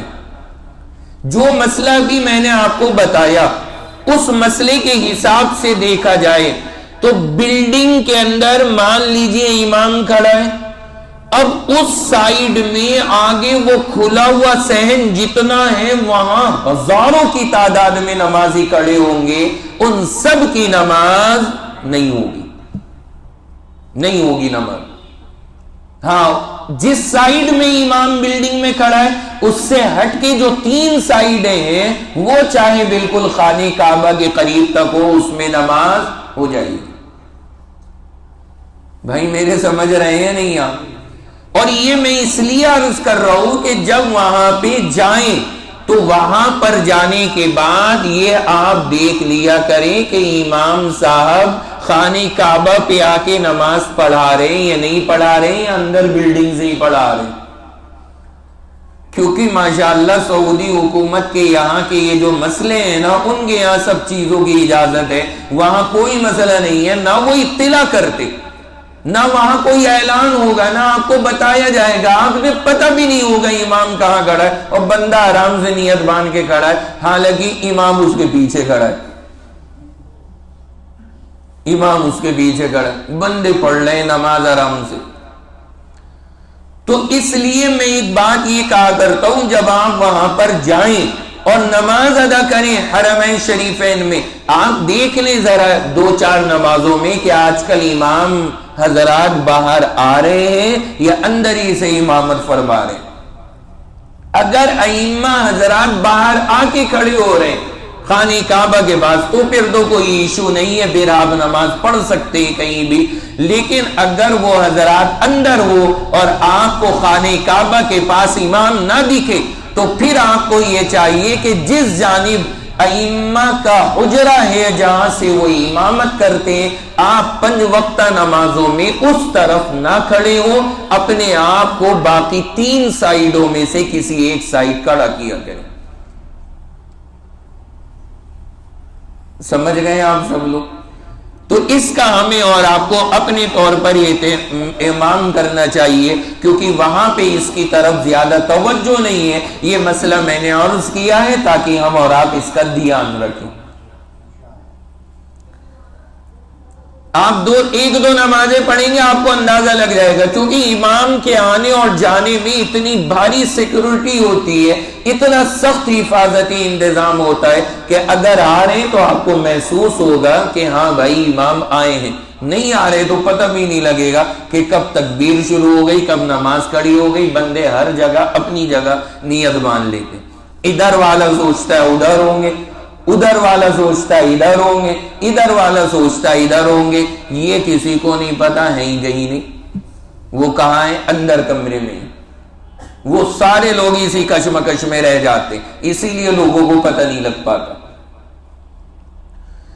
پھر تو میں نے اپنے جو احباب گئے انہیں بس مشورہ یہ دینا شروع کر دیا کہ آپ ایک مرتبہ جا کے یہ دیکھ لیں کہ ائمہ حضرات کس جانب سے آتے ہیں، جس جانب ان کا وہاں پہ اصل امامت کا کمرہ ہے، بس آپ یہ نظام بنا لیں گے اس رخ پہ نمازی ادا نہ کریں، باقی 3 رخ پر پڑھتے رہیں تاکہ یہ ٹینشن کم سے کم ہماری نہ ہو۔ بس بندہ ایک مرتبہ جا کے مارک کر لے، اس کے بعد اسی کے مطابق نمازی پڑھتا رہے۔ سمجھ گئے نا آپ حضرات؟ اس کے بعد اگلی بات سمجھیں، اگر ہم کہیں پہ نماز پڑھ رہے ہیں اور جو ہم نے سورج کا طریقہ بتایا، پوچھنے کا طریقہ بتایا، موبائل میں نیٹ ورک نہیں آ رہا کہ قبلہ پتہ لگے، کوئی مسلمان وہاں ہے نہیں جو بتائے، موسم بارش کا ہو رہا ہے، سورج کہیں نظر نہیں آ رہا، اب کیا کریں نماز کا؟ سارے طریقے ختم، اب کیا کیا جائے گا؟ اب طریقہ یاد رکھنا، شریعت نے کہا ہے کہ آپ اندازہ لگائیں اور جس طرف آپ کو انداز ہو اس جانب نماز پڑھ لیں، نماز نہ چھوڑیں، آئیڈیا کریں، جس طرف آپ کا آئیڈیا بیٹھے نماز پڑھ لیں۔ اور اگر نماز پوری پڑھ لی اور سلام پھیر لیا، پھر کسی نے آ کے بتایا کہ جناب آپ نے غلط پڑھی ہے نماز، تو اب ہمیں دوبارہ بھی پڑھنے کی ضرورت نہیں ہے، ہماری نماز ادا ہو جائے گی، ادا ہوگی۔ اور اگر ہم نے اندازہ کر کے نیت باندھ لی اور نماز کے بیچ میں ہی کوئی آ گیا اور اس نے کہا کہ یا ہمیں اندازہ لگ گیا، تو پھر ایسی صورت میں مان لیجیے ہم نیت باندھ کے کھڑے، اس وقت میں بادل تھے پتہ نہیں لگ رہا، لیکن ایک دم سے بادل ہٹے اور سورج محسوس ہو گیا، اب ہمیں پتہ لگ گیا کہ ہم تو الٹے کھڑے، تو اب ایسی صورت میں نمازی میں گھوم جائے۔ وہاں پہ وہ نماز 2 قبلوں پہ ہوئی تھی، آپ کی نماز وہاں 2 قبلوں پہ ہو جائے گی، جو پہلے ہوئی وہ قبول، جو اب بعد میں پڑھیں گے وہ قبول۔ تو نماز ہی میں اپنے آپ کو گھما لینا چاہیے اگر دوران نماز ہمیں صحیح قبلے کا علم ہو جائے، یہ بات یاد رکھیے گا۔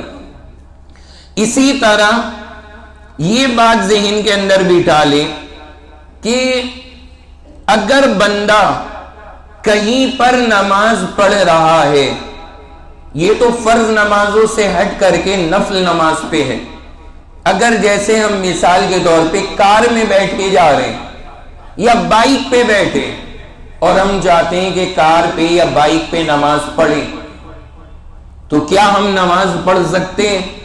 یا اگر پڑھنا چاہیں تو کیا طریقہ ہوگا؟ کون سی نماز ہو جائے گی، کون سی نہیں ہوگی؟ یہ مسئلہ یاد رکھیں۔ اگر آپ کار پر یا بائک میں پر نماز پڑھنا چاہتے ہیں تو آپ پڑھ سکتے ہیں، لیکن فرض واجب نہیں، نفلی نماز پڑھ سکتے ہیں، اور وہ بھی جب پڑھ سکتے ہیں جب آپ شہر کی آبادی سے باہر ہو۔ یہ نہیں کہ یہاں ایک مینارہ میں فرض پڑھ کے نکلے اور ہمیں جانا ہے گھنٹہ گھر تک، ایک سے کہا تو بائک چلا، ہم سنتیں پیچھے پڑھ رہے ہیں، یہاں نہیں ہوں گی۔ ہاں اگر ہم سٹی سے باہر ہیں، آبادی نہیں ہے وہاں پر، تو پھر اگر ہم نفلی نماز سواری پر بیٹھ کر کے پڑھنا چاہیں تو جائز ہے، پڑھ سکتے ہیں، اجازت ہے۔ اور پھر اس میں آپ یہ پوچھیں گے کہ کار اور بائک تو کبھی ادھر، کبھی ایسٹ ویسٹ، کبھی نارتھ ساؤتھ، کئی گھومے آپ کی نماز ہو جائے گی، نفلی نماز جائز ہے۔ اِلَىٰ أَيْنَ تَوَجَّهَتْ دَابَّتُهُ، جس طرف سواری کا رخ ادھر آپ کی نماز ہو جائے گی۔ اس لیے میں کہا کرتا ہوں کہ جب آپ کہیں لانگ ٹرپ پر جائیں، لانگ سفر ہو آپ کا، کوئی لانگ ڈسٹینس آپ طے کر رہے ہو، تو ذرا کار میں یا کسی بھی چیز میں تو 2-4 رکعت نفل پڑھ لیا کرے، اس کا مزہ کچھ الگ آئے گا، اچھا لگتا ہے تو کتنا اچھا محسوس ہوگا۔ اب آج کل لوگوں کو جیسے بائک سے لمبی لمبی ٹرپ کا مزاج ہے، پتہ لگا یہاں سے بندہ دہلی جا رہا ہے، راستے میں فرض نماز کے لیے کہیں رکے، نماز پڑھی، پھر ہائی وے پہ نکل گئے، اب سنتیں پڑھنی ہے تو ایک بندہ چلاتا رہے، دوسرا بندہ بیٹھا ہوا پیچھے سنتیں پڑھتا رہے، کوئی حرج کی بات نہیں ہے، نماز ہو جائے گی۔ لیکن 2 باتیں یاد رکھنا کہ یہ جائز ہے آؤٹ آف سٹی، شہر سے باہر، آبادی میں جائز نہیں ہے، اور دوسری بات نفلی نمازوں میں جائز ہے، فرض واجب ادا نہیں ہوگا۔ پڑھیں گے انشاءاللہ۔ جب کہیں کار سے نکلا کرے نا، میں اپنے گھر والوں سے کہتا ہوں جب سفر کے لیے نکلو باوضو ہو کر کے، اور جب گاڑی کے اندر بیٹھ جاتے ہیں جیسے ہی روانہ ہوئے، بھائی 2 رکعت کی نیت باندھ کے 2 رکعت پڑھ لو، اچھا لگے گا، سفر میں برکت بھی ہوگی، عافیت بھی رہے گی، اور اطمینان سے بندہ پہنچے گا، ذہنی الجھن نہیں رہے گی کہ ہم نے بیٹھنے کے بعد باقاعدہ 2 رکعت نماز پڑھی ہے، تو اس کا اہتمام رہنا چاہیے۔ یہ بات بھی یاد رکھیں، اب وہ چاہے کتنا ہی گھومتا رہے، چاہے وہ شملہ اور مسوری کا روڈ ہو، تب بھی نماز ہو جائے گی، ہر منٹ پہ چاہے گھومتے رہے۔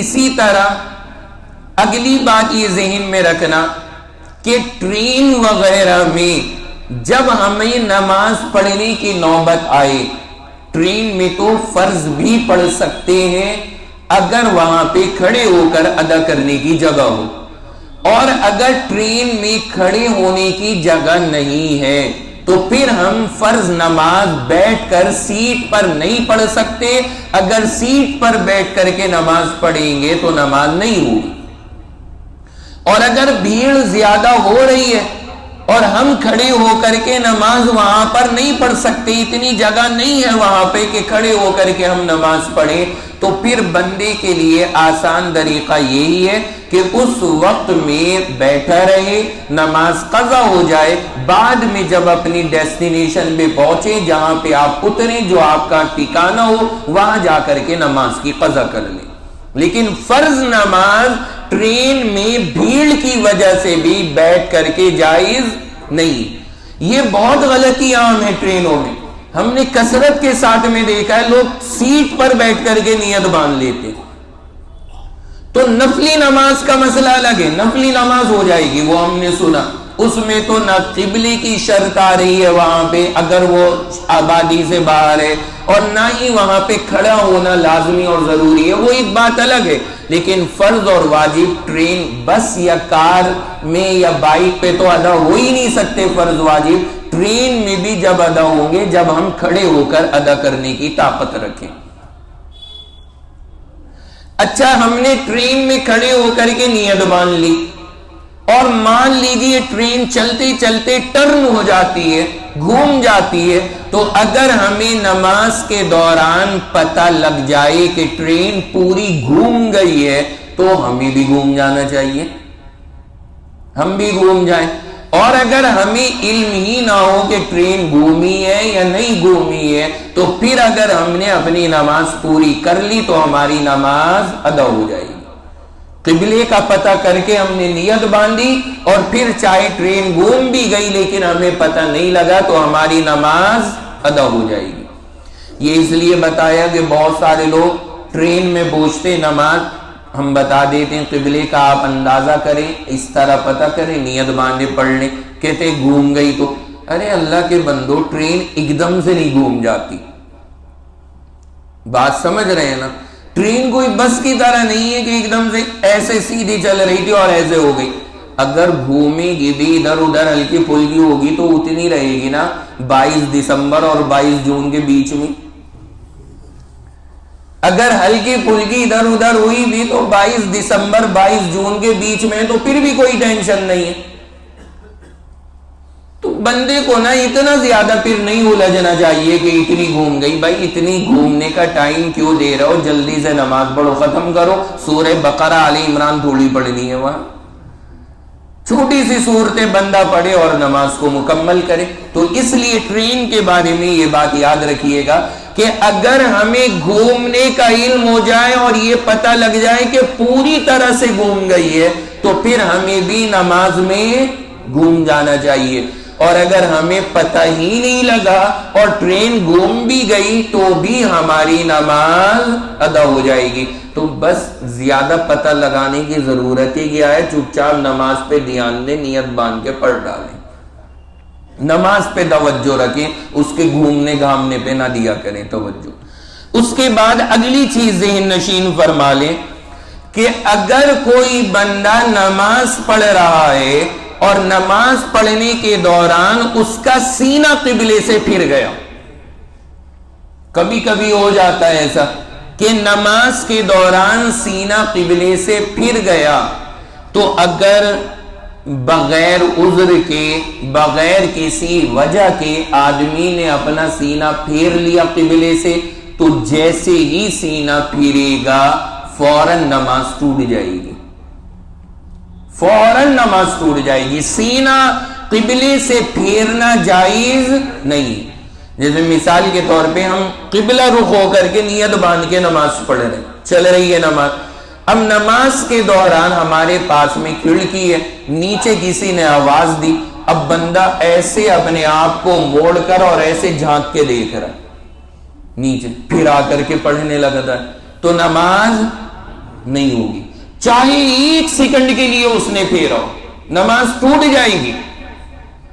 لیکن اگر کسی عذر کی وجہ سے سینہ پھر جائے وہ ایک بات الگ ہے. جیسے مثال کے طور پہ آپ مسجد میں نماز پڑھ رہے ہیں نیت باندھ کے, کوئی بندہ آگے سے نکل کے پیچھے کو جا رہا ہے اور اس نے اتنا تیز آپ کے کاندھا مارا کہ آپ کا پورا سینہ ادھر سے ادھر ہو گیا.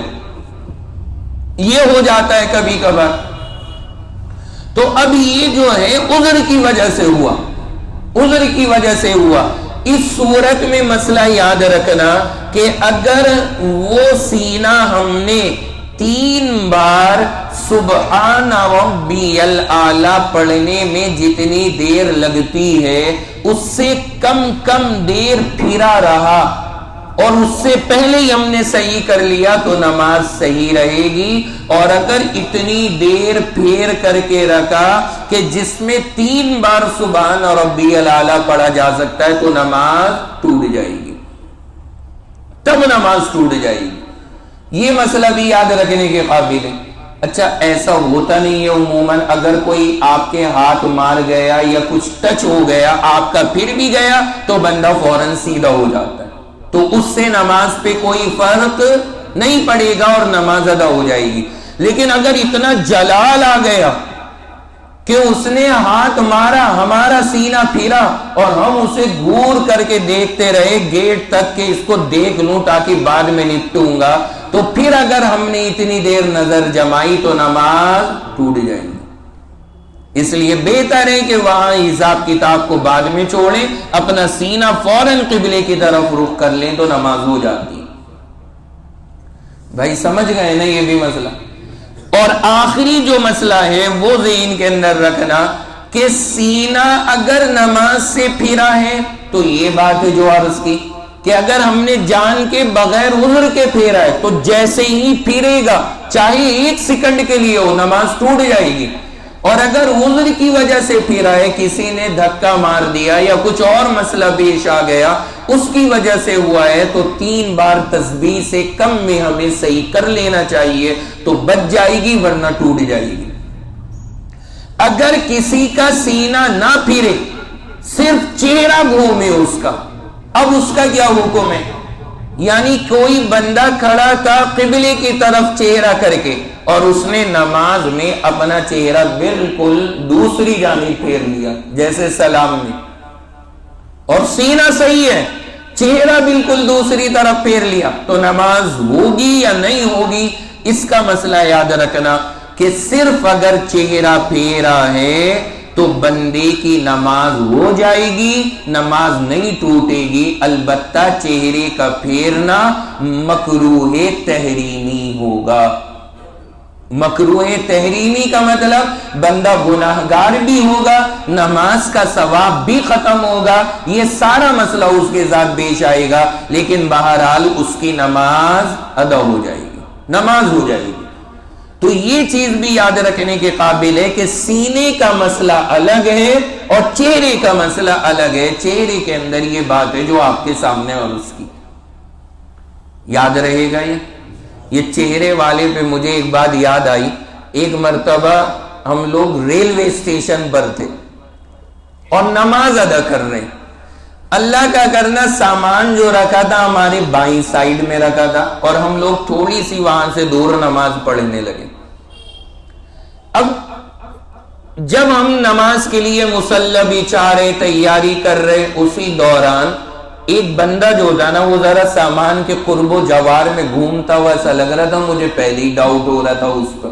میں نے کہا یہ شاید کوئی بری نیت سے یہاں گھوم رہا ہے۔ اب نماز کی نیت باندھنے کا مرحلہ آ گیا، ہم نے کہا بھائی نماز تو پڑھنی ہے، سامان زیادہ تھا، اب سارا اٹھا کے سامنے رکھنے میں بڑا وقت چاہیے تھا، اتنا وقت تھا نہیں، ہم نے کہا لوگ پڑھتے ہیں۔ اب نماز کی نیت باندھی تو وہ بندہ نا اور زیادہ قریب آ گیا سامان کے اور آ کے کھڑا ہو گیا۔ اب میں نے کہا بھائی آج تو مسئلے پہ عمل کرنا پڑے گا۔ اب میں نماز پڑھا رہا تھا، 4 بندے میرے پیچھے تھے، نیت باندھ کے کھڑا تھا، میں نے ایسے دیکھا وہ فوراً کھجاتا ہوا نا دور چلا گیا، پھر نہیں رکا وہاں۔ اس کے دماغ میں کیا تھا؟ اس کے دماغ میں یہی تھا کہ نماز ہے، اب تو یہ دیکھ نہیں سکتے، اسے کیا پتا کہ کوئی عالم پھنسا ہے آج۔ جائز تھا اس موقع کے اوپر، کیوں؟ وجہ یہی ہے کہ آپ کا قیمتی سامان اگر ضائع ہونے کا خطرہ ہے، ظاہر سی بات ہے اس سے نماز نہیں ٹوٹتی، اور مکروہ تحریمی اسے شریعت نے کہا ہے، لیکن جب سامان کا عذر ہے تو بندہ دیکھ لے گا تو وہ مکروہ تحریمی والا مسئلہ بھی ختم ہو جائے گا۔ تو پھر اس کے بعد وہ چلا گیا، پھر یکسوئی سے نماز۔ سلام پھیرنے کے بعد جب ٹرین میں بیٹھتے ہی چاروں نے پوچھا آپ تو ادھر دیکھ رہے تھے؟ میں نے کہا شکر ہے اللہ کا کہ تمہارا سامان محفوظ ہے، ورنہ اللہ نہ کرے تم بعد میں ڈھونڈتے پھرتے۔ پھر انہیں بہرحال مسئلہ بتایا تو وہ ہنسے۔ تو بعض مرتبہ جو ہے یہ چیزیں سنی ہوئی نا بندے کے کام آ جاتی ہیں۔ آپ یہ نہ سوچا کریں گے کہ یہ مسئلے کہاں پیش آ رہے ہیں، جو ہم یہ اکٹھے کر کے مسئلے سارے آپ کو سناتے ہیں، پتہ نہیں کہاں آپ کے کام میں آ جائے، کیا ضرورت ایسی پیش آ جائے کہ بندہ اس کے مطابق عمل کرے تو پھر معاملہ آسان ہو جاتا ہے۔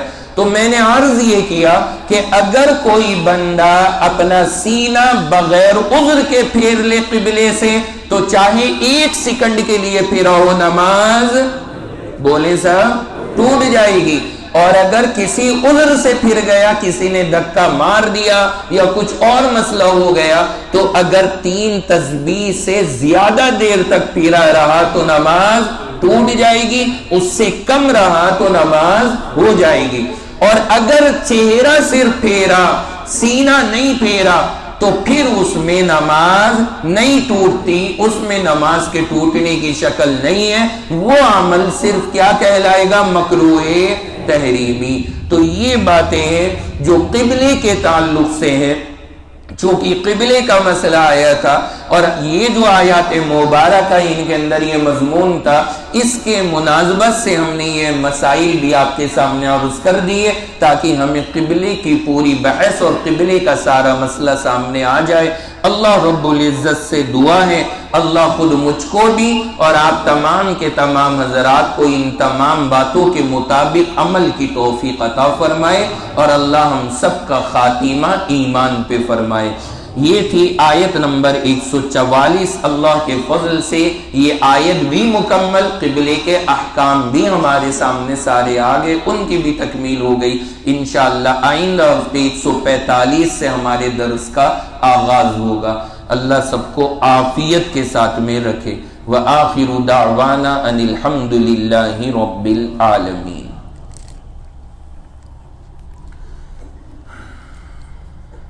سوال پوچھا ہے غیر مقلدین کے پیچھے نماز ہو جاتی ہے یا نہیں؟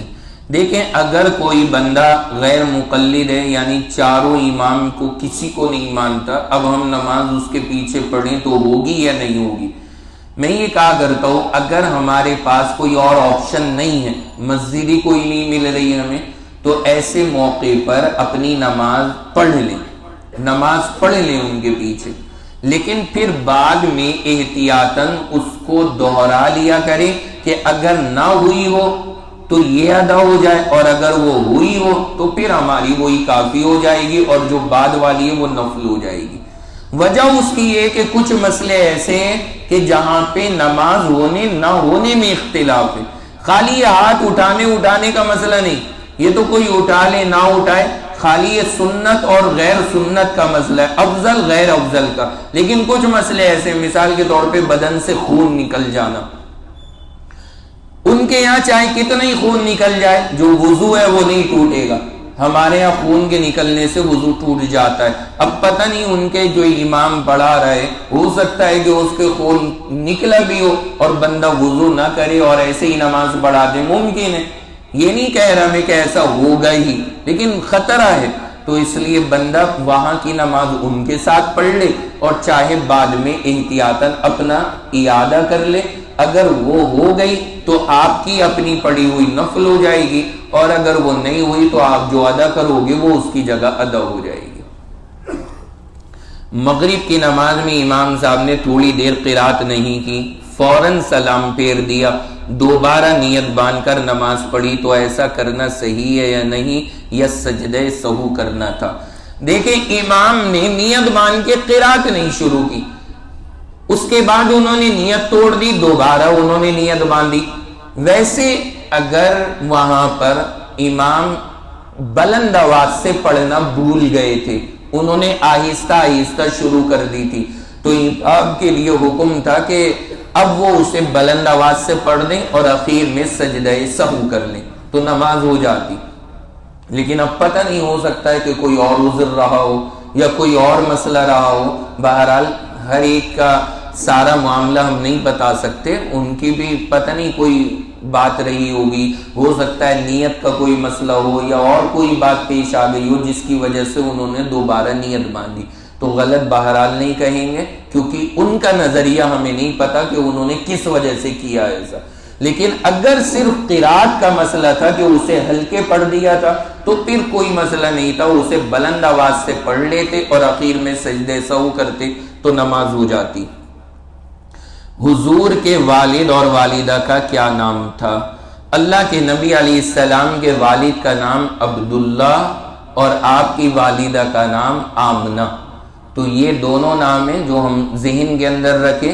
باقی جو درس سیرت ہے نا ہمارا، اس کو بھی آپ ضرور سنا کریں، وہ پیر کا درس ہوتا ہے پیر والے دن، تو وہ بھی آتا ہے یوٹیوب کے اوپر، سارے درس مل جائیں گے۔ کل جو درس ہوا ہے وہ 54 درس ہو چکے ہیں اللہ کے فضل سے، 54۔ تو حضور کی زندگی اس میں پوری سنائی جا رہی ہے کہ پیغمبر کی پیدائش سے لے کر اور اب تک حضور کی ہجرت تک ہم پہنچے ہیں، تو وہ بھی سنا کریں، اس سے حضور علیہ السلام کی پوری زندگی کا تعارف آ جائے گا۔ تو وہ وہاں پہ موجود ہیں، وہاں سن لیا کریں۔ تشہد میں درود شریف پڑھنے کے بعد اور اللہم انی ظلمت پڑھنے کے بعد ربنا آتنا فی الدنیا پڑھ سکتے ہیں یا نہیں؟ دیکھیں پڑھ سکتے ہیں، حرج کوئی نہیں ہے، نماز ہو جاتی ہے، بلکہ جو اپنی سنتیں ہیں نفل ہیں اس میں پڑھنا بھی چاہیے، کیونکہ یہ بھی اچھی دعا ہے، اس میں بھی آدمی پڑھ لے۔ باقی یہ ہے کہ فرض نماز میں بس آپ اتنا پڑھ لیں، پہلے التحیات، پھر درود، اور پھر اس کے بعد اللہم انی ظلمت نفسی، بس اتنا پڑھ لیں کافی ہے۔ لیکن اگر کسی کا دل کرتا ہی ہے اور اس نے یہ ربنا آتنا پڑھ لی تب بھی نماز ہو جاتی ہے، لیکن میں اپنے طور پہ یہ کہتا ہوں کہ بس ان کو آپ سنن نوافل میں زیادہ تر پڑھ لیا کریں، فرض واجب میں بس اتنا ہی پڑھ لیا کریں تو زیادہ بہتر رہے گا۔ لیکن کسی نے اگر اس میں بھی پڑھ لی، حرج کوئی نہیں ہے، نماز اس کی بھی ہو جائے گی۔ کس طرح کی تصویر بنانا ناجائز ہے؟ کس طرح کی کا مطلب جو بھی تصویر ہو، یعنی پورا ڈیزائن ہو، شیپ ہو، وہ بنانا جائز نہیں۔ کچھ لوگ کیا کرتے ہیں، سارا ڈیزائن بنا دیا اور اس میں آنکھ کا بندہ نہیں لگایا، کہتے ہیں آنکھیں نہیں ہیں تو اب جائز ہے۔ تو تصویر ناجائز ہے، شیپ بنانا اس کا پورا، جس سے تصویر کی پوری فیلنگ آ جائے، چاہے آنکھ الگ سے ہم نے بنائی ہے یا نہیں بنائی ہے، تو بہرحال وہ تصویر کے حکم میں ہے، اس سے احتیاط رکھنی چاہیے، بچا کریں۔ کیا سجدہ سہو نابالغ بچے پر بھی واجب ہے؟ بھائی نابالغ بچے پہ تو نماز بھی واجب نہیں ہے، تو سجدہ سہو کیا واجب ہوگا؟ البتہ تعلیم کے لیے، اسے سکھانے کے لیے اگر اس کو سجدہ سہو بھی کرایا جائے تو حرج کوئی نہیں ہے، تاکہ اسے بالغ ہونے کے بعد کی نماز کی مشق ہو جائے، تو عادت ڈلوانے میں حرج کوئی نہیں۔ باقی جب اس پہ نمازی فرض نہیں ہے تو نماز سے متعلق جو مسئلے ہیں وہ کہاں سے اس پر فرض ہوں گے؟ تہجد کا وقت کب سے کب تک رہتا ہے؟ تک کا تو سب کو پتا ہے، سحری کا ختم، تہجد کا ختم۔ جو سحری کا ختم ہے وہ تہجد کا ختم ہے، اور شروع ہے عشاء کے بعد، بس عشاء کی نماز کے بعد سے تہجد کا وقت شروع ہے۔ افضل جو وقت ہے وہ آخر رات ہے، لیکن شروع اسی وقت سے ہو جاتا ہے، عشاء بعد سے۔ تو اگر ہم سوتے وقت 11 بجے 12 بجے بھی جس وقت بھی ہم لیٹ رہے ہیں 2-4 رکعتیں پڑھ کر کے تہجد کی نیت سے لیٹیں، اور صبح میں چاہے آنکھ نہ کھلے، فجر میں ہم نماز فجر کی پڑھ لیں، تو اللہ نے چاہا تہجد کا ثواب مل جائے گا۔ تو اس لیے اس کے مطابق آپ تہجد پڑھ سکتے ہیں۔ جو عورت حمل سے ہو اس کی آسانی کے لیے دعا، نظر کے لیے مرچ جلانے کا حکم۔ دیکھیں اس مسئلے میں آسانی کے لیے سورہ علم نشرح ہر نماز کے بعد 7 بار پڑھ کے وہ خاتون اپنے اوپر دم کر لیں۔ نظر کے لیے مرچ جلانے پوچھا ہے، صحیح ہے یا نہیں ہے؟ اس کو بطور علاج کے کیا کریں، شریعت کا حکم سمجھ کے نہ کریں۔ تو اگر ہم نے نظر اتار کے انہیں جلا دیا مرچوں کو، تو یہ نظریہ رکھیں کہ یہ بطور علاج ہے، شریعت سے نہ جوڑیں اسے۔ غلط کب ہو جائے گا؟ جب ہم حکم شریعت سمجھ کے کریں گے، تو وہ چیز پھر ہمارے لیے غلط ہوگی۔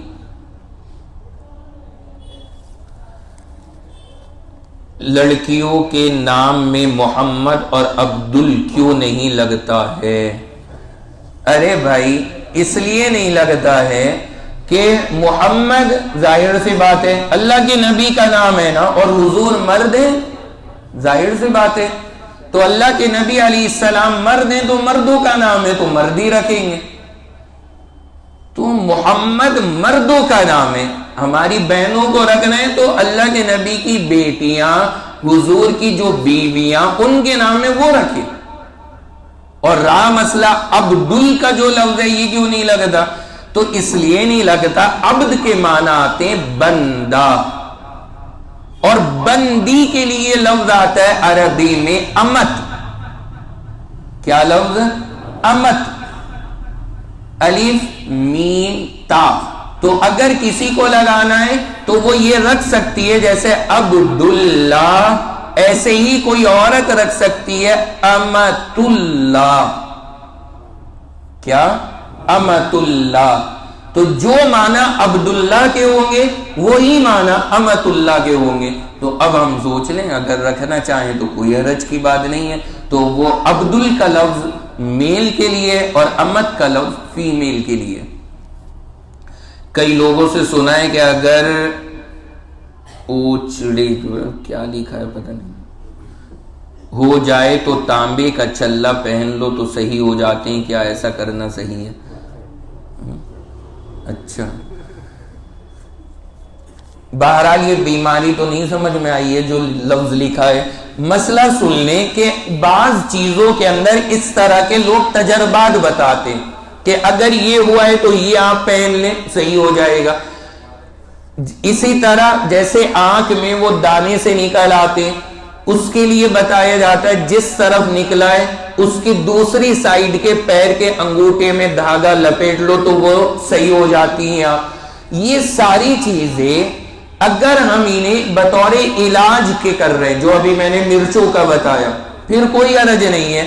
اگر علاج ہی مقصود ہے بس کہ کچھ چیزوں میں اللہ نے تاثیر بھی رکھی ہے کہ علاج کا ہے معاملہ، اگر اسے شریعت سے جوڑ کر کے رکھیں گے یا شریعت سے جوڑ کر کے عمل کریں گے تو غلط ہوگا. تو اگر کسی چیز کے بارے میں ایسا تجربہ ہو اور وہ چیز کوئی ناجائز یا حرام میں داخل نہ ہو تو پھر بندہ اس کو بطور علاج استعمال کر سکتا ہے. لکھا ہے کہ لیلا مجنوں کے بارے میں ایک درس کر دیجئے. یہ بندہ 10-15 منٹ کا بھی نہیں، پورا 1.5 گھنٹے کا درس لیلا مجنوں پہ. ارے اللہ کے بندو، اس پہ مجھے لیلا مجنوں کے وہ اولڈسٹ قصے سنانے کی کیا ضرورت ہے؟ یہاں تو لیٹسٹ بہت بیٹھے ہیں، لیٹسٹ بہت ہیں. وہ جملہ مشہور ہے نا جو شعر کے طور پہ کہا جاتا ہے، جدھر دیکھو مریض عشق بیٹھے ہیں، ہزاروں مر چکے ہیں، لاکھوں تیار بیٹھے. تو یہ تو آپ جدھر آج رکھیں گے ادھر مل جائیں گے. تو اتنے پرانے قصے بندہ اتنی دیر سنے، اس سے بہتر ہے دائیں بائیں دیکھے، ایک سے ایک نیا کرشمہ آپ کو آج بھی نظر آئے گا. تو یہ کوئی ایسی نایاب کہانیاں اب نہیں رہ گئی ہیں کہ ہمیں یہ سننے میں ذرا وہ لگے. آج کل تو یہ معاملہ بہت لیٹسٹ ہو چکا ہے. باقی تھوڑا بہت ان کا جو اصل والے تھے لیلا مجنوں کبھی ذکر کروں گا انشاءاللہ، لیکن پورا درس نہیں. اس میں لکھا ہے درس کر دیجئے اس پر، تو کبھی ان کا تعارف کرا دوں گا. معلوم یہ کرنا ہے کہ جب شیطان نے آدم علیہ السلام کو سجدہ کرنے سے انکار کر دیا تو اللہ نے اس کو جنت سے نکال دیا. اس کے بعد اس نے آدم علیہ السلام کو گیہوں کا دانہ بہکا کر کھلایا، تو وہ دوبارہ جنت میں کیسے گیا؟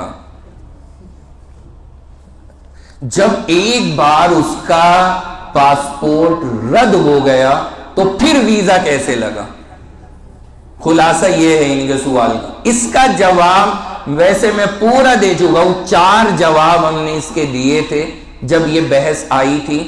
تیسرے رکوع میں سورہ بقرہ کے، وہ تقریباً 3 سال 4 سال کے قریب کا وقت گزر چکا ہوگا، 3-3.5 سال. باقی ایک بات یہاں سمجھ لینا، حضرت آدم علیہ السلام کی وجہ سے جب اس نے سجدہ نہیں کیا اللہ نے بھگا دیا. اب یہ دنیا میں آ گیا، ادھر آدم علیہ السلام اور ان کی اہلیہ حوا رہ رہے، پھر اس نے کیسے بہکایا؟ قرآن نے جو لفظ استعمال کیا نا فوسوسہ، اس نے ان کے اندر یہ خیال ڈالا. مطلب یہ ہے کہ یہ وہاں پر اندر نہیں گیا، اس نے اب اس کو جو اللہ نے قوت اور طاقت اور پاور دی تھی اس پاور سے اس نے باہر رہتے ہوئے ہی دل میں یہ خیال ڈال دیا حضرت آدم علیہ السلام کے. تو بس وہ بات گویا کہ ڈائریکٹلی آمنے سامنے نہیں ہوئی ہے، یہ کہا جائے کہ اس نے باہر سے وہ خیال ڈالا ہے. چنانچہ یہ بات شیطان کے بارے میں کوئی مسئلہ نہیں ہے، اللہ نے اسے طاقتیں دے رکھی ہیں اس طرح کی۔ ایک تو جواب یہ، دوسرا جواب اس کا یہ دیا گیا ہے، یہ بھی لکھا ہے کتابوں میں کہ یہ جو ہے جنت میں نہیں جاتا تھا لیکن گیٹ تک جاتا تھا۔ اب ہو سکتا ہے کہ کسی وقت حضرت آدم علیہ السلام وہیں دروازے پہ موجود ہو اور یہ باہر وہاں موجود ہو، اس نے باہر رہتے ہوئے وہاں پہ کلام کیا ہو اور اس وقت یہ بات ان سے عرض کر دی ہو، تو اندر نہیں گیا لیکن باہر رہتے ہوئے اس نے وہاں پر وہ بات ان سے ذکر کر دی، تو ممکن ہے یہ رہا ہو۔ تو اب دونوں میں سے جو بھی طریقہ قرآن نے یا حدیث نے کلیئرلی نہیں بتایا تو اس لیے ہم یقین سے نہیں کہہ سکتے، یہ علماء کے اندازے ہیں جو کتابوں میں لکھے ہیں۔ دو میں نے بتا دیے، یا تو باہر رہتے ہوئے دل میں خیال ڈالا اور یا یہ کہ گیٹ سے دونوں کی بات چیت ہوئی، دونوں میں سے کوئی بھی طریقہ ممکن ہے۔ آج کل دیکھا جاتا ہے کہ شادی کے بعد لڑکی کی صبح شام لڑکی والے صبح شام لڑکی کو فون کرتے ہیں اور اکثر اس کا غلط اثر ہوتا ہے، ایسی حالت میں شریعت کا کیا حکم ہے؟ یہ جو ہے نا مسئلہ بڑا عام ہے ہمارے معاشرے میں۔ شادی ہو گئی، بیٹی رخصت ہوئی ہے، جانے سے پہلے ابھی گئی نہیں، 2-4 دن پہلے اماں ابا دونوں بیٹھیں گے، بیٹی دیکھ اب تو نئے گھر جا رہی ہے، جا کر کے وہاں پہ رہنا ٹھیک ہے لیکن غلام بن کے مت رہنا، ہم ابھی زندہ ہیں اور یہ 4 تیرے بھائی کھڑے ہیں اور 5 تیرے چچا ہیں اور 3 تیرے تایا ہیں اور سب ڈون ہیں محلے کے، تجھے دب کے رہنے کی ضرورت نہیں ہے، بس جہاں تک بات صحیح ہو وہاں تک ٹھیک ہے، جہاں غلط ہو تو بالکل آرام سے رہنا اور ہر چیز کی اطلاع ہمیں کرتی رہنا، جہاں غلط لگے گا ہم حاضر ہو جائیں گے۔ اب چاہے تعبیرات الگ ہوتی ہوں لیکن ہمارے یہاں بہت سارے گھروں میں یہ کیفیت ہوتی ہے کہ بڑی ہمت دے کر کے روانہ کر دیتے، اب وہ وہاں جائے گی، ابھی جا کے اتری، ابھی وہاں وہ مل ہی رہی ہے، سب سے لوگ آ کے منہ دکھائی کر رہے ہیں، اماں کی کال آ جائے گی، بیٹی آپ عافیت سے پہنچ گئی، کوئی پریشانی تو نہیں ہوئی راستے میں، گاڑی میں پنچر ونچر تو نہیں، کوئی دقت تو نہیں؟ آپ کا اب وہ جو لڑکا ہے نا وہ بھی تو آپ کے اولاد بن چکا ہے، آپ یہی فون کر کے اس سے پوچھیں تو ذرا اچھا بھی رہے گا، تھوڑا اسے وہاں کے ماحول میں نا ایڈجسٹ ہونے دیں۔ شروع میں نا ہر ایک کو تھوڑی دقت آتی ہے، کوئی بھی کہیں جا کے ایک دم سے کمفرٹیبل نہیں ہوتا، نئے گھر میں تو جا کر کے بہت دور کی بات ہے، اگر آپ اپنا بیڈ بھی بدلتے ہیں نا، گھر میں ایک جگہ سوتے ہیں وہاں سے دوسری جگہ جا کے لیٹنے لگے تو ایک دم سے نیند نہیں آتی آپ کو، وہاں پر بھی ابھی وہاں وہ سکون نہیں ملتا۔ تو میں یہ کہا کرتا ہوں خدا کے واسطے ماں باپ کو چاہیے کہ اپنی بچیوں کو اس انداز میں تربیت دے کے نہ بھیجیں کہ وہ جا کر کے وہاں کسی کی سننے کا ہی مزاج نہ بنائے، تھوڑا انہیں وہاں پہ جا کر کے یہ سمجھائیں کہ بیٹی ابھی وہاں جا کے نرم گرم ہر طرح کی باتیں ہوگی، تم خاموشی سے ایڈجسٹ کرنا، پہلے جا کے لوگوں کا مزاج سمجھنا۔ ہم اور آپ سارے کے سارے بچپنوں میں جب اسکول گئے ہیں نا، اسکول جا کے جو پہلا ہفتہ ہوتا ہے کیسا گزرتا ہے، سب نے اندازہ کیا ہے اس کا، کیسا عجیب و غریب ماحول رکھتا ہے، بندہ سوچتا ہے کس سے بات کروں، کس سے ملوں، کس سے کچھ بات کرنے کا موقع ملے، ہر بندہ اسے پریشان کرنے کی فکر میں رہتا ہے، تو تھوڑا وقت نا اس کو ایڈجسٹ ہونے دے، جب وہ وہاں جا کے ایڈجسٹ ہو جائے اس کے بعد رہنا سہنا شروع کر دے، پھر اس کے بعد خیر خیریت پوچھے اور بس تھوڑی سی بات کر کے اور رکھ لیں، خیریت سے ہو آپ ٹھیک ہے، اب بیٹا دل لگاؤ وہاں پہ اور وہاں کے حالات کو دیکھو، وہاں کی چیزوں کو سمجھو، ادھر توجہ رکھو، ہم تو ہیں ہی تمہارے، اب ان کو بھی اپنا بنانے کی کوشش کرو، تھوڑا سا بندے۔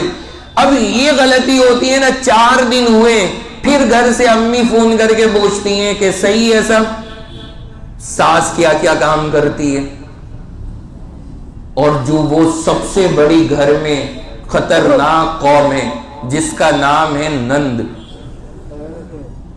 وہ تو نہیں ہاتھ پہ ہاتھ رکھ کے بیٹھی، تمہارے جانے کے بعد اب وہ کیا کیا کام کر رہی ہے، ساری چیزیں پوچھی جا رہی ہیں، اب وہ ہر چیز بتا رہی ہے۔ تو ذرا نا تھوڑا سا وقت دیا کریں۔ اگر ہم اس طرح سے کریں گے تو پھر وہ لڑکی کبھی بھی وہاں ماحول میں ایڈجسٹ نہیں ہو پاتی، وہ ہمیشہ ہر بات ہوگی ایک دم امی کو فون، ایک دم امی کو فون۔ بھائی والدین محبت بے انتہا کرتے ہیں، لیکن حالات سے مقابلہ انسان نے خود نے کرنا ہوتا ہے۔ اور تھوڑا سا وقت گزارنے کے بعد میں نا دیکھیں پہلے دن سے محبت کیسے آ جائے گی ان لوگوں کے دلوں میں، پہلے دن سے نہیں آ سکتی، پہلے دن سے نہیں ہوتی وہ کیفیت۔ جب تھوڑا وقت گزرے گا، ساتھ میں رہنا سہنا ہوگا، آپس میں حسن سلوک ہوگا، ایک دوسرے کے حقوق کی ادائیگی ہوتی رہے گی، پھر دھیرے دھیرے اللہ کو محبتیں پیدا فرما دیتے، سارا معاملہ ہو جاتا ہے۔ ہاں کوئی زیادہ ہی برا ہو تو میں ان کی بات نہیں کر رہا، کبھی آپ کہیں گے کچھ تو ایسے ہوتے ہیں ایسے ہوتے ہیں، لیکن عام ماحول ایسے ہی ہے کہ اگر ہم تھوڑا وقت دیں، اللہ نے لوگوں میں انسانیت رکھی ہے، پھر انشاءاللہ ایڈجسٹ ہو جاتا ہے۔ تو اس لیے ایسی حرکت یا غلطی کبھی نہ کیا کریں کہ ہم ہمتیں دیں اور زیادہ ہی حد سے زیادہ فون کریں، بات چیت کریں، اس کو کہیں کہ بیٹا اب آپ نے وہاں رہنا ہے، آپ خود ایڈجسٹ کرو، وہاں کے حالات کو خود دیکھو۔ ماں باپ ساری زندگی نہیں رہیں گے، وہ تو ایک وقت پورا کر کے دنیا سے بھی چلے جائیں گے، اس کے بعد بھی تو اسی کو زندگی دیکھنی۔ تو بہتر ہے کہ اپنی سامنے اپنی زندگی میں اسے عادت ڈلوا دیں کہ اسے وہاں پہ کس انداز میں پیش آنا ہے۔ ہمارے سر کی نسوں میں جھنجھناہٹ سی رہتی ہے، سر کی نسوں میں درد رہتا ہے، دعا بتا دیں۔ سورۃ الفاتحہ ہمیں تو ایک چیز آتی ہے، ہر نماز کے بعد میں 7 مرتبہ پڑھیں، سورۃ الشفا اس کا نام ہے، پڑھ کے دم کریں، اللہ نے چاہا سکون اور شفا ملے گی۔ یہ پوچھ رہے ہیں کہ گھر والی ہم سے حساب مانگتی ہے اور حساب نہ دینے پہ لڑائی بھی ہو جاتی ہے، تو ایسی صورت میں کیا کرنا چاہیے؟ حساب مانگتی ہے اور حساب نہ دینے پہ لڑائی بھی کرتی ہے، کیا کرنا چاہیے؟ تو دیکھیں اس کا جو اختیار ہے وہ یہ ہے کہ وہ اپنی ضرورت کے لیے چیز مانگے، اتنا عورت کو اختیار ہے، جو اس کی اپنی ضروریات ہیں ان کے لیے شوہر سے کہے اور وہ پوری کرائے، یہ اختیار ہے۔ لیکن عورت کو اگر مرد حساب نہیں دے رہا تو عورت کا یہ حق نہیں ہے کہ وہ ہر روپے کا پورا اس سے حساب لے، یہ اس کا حق نہیں ہے۔ تو ایسی صورت میں عورت کو احتیاط رکھنی چاہیے، ایسا عمل نہ کرے۔ اپنی ضروریات کا کہنا وہ ایک الگ بات ہے، اپنی ضروریات کے لیے پیسے لینا وہ اس کا حق ہے، لیکن اس کے ہر پیسے کا حساب لینا اگر شوہر خود بتا دے بہت اچھی بات ہے، نہیں بتا رہا برا لگ رہا ہے تو عورت کو اس کا حق بالکل نہیں ہے۔ آخری بات پوچھیے، کیا جائیداد میں گھر والی کا حصہ ہوتا ہے یا بچوں کا؟ اسے کہہ بھی رہے ہیں گھر والی اور حصہ بھی نہیں دے رہے ہیں گھر میں، تو گھر والی کو اگر گھر میں حصہ نہیں ملے گا تو کس کو ملے گا؟ بچے بھی تو اسی کی نسبت سے وجود میں آئے ہیں، تو اس کا حصہ یقیناً ہے، اور گھر والی کو حصہ شوہر کی جائیداد میں یقیناً ملے گا، اس کے کینسل ہونے کا کوئی مسئلہ نہیں ہے۔ تو لہذا اس کا جو حق ہے وہ اس کو ادا کریں۔ دعا۔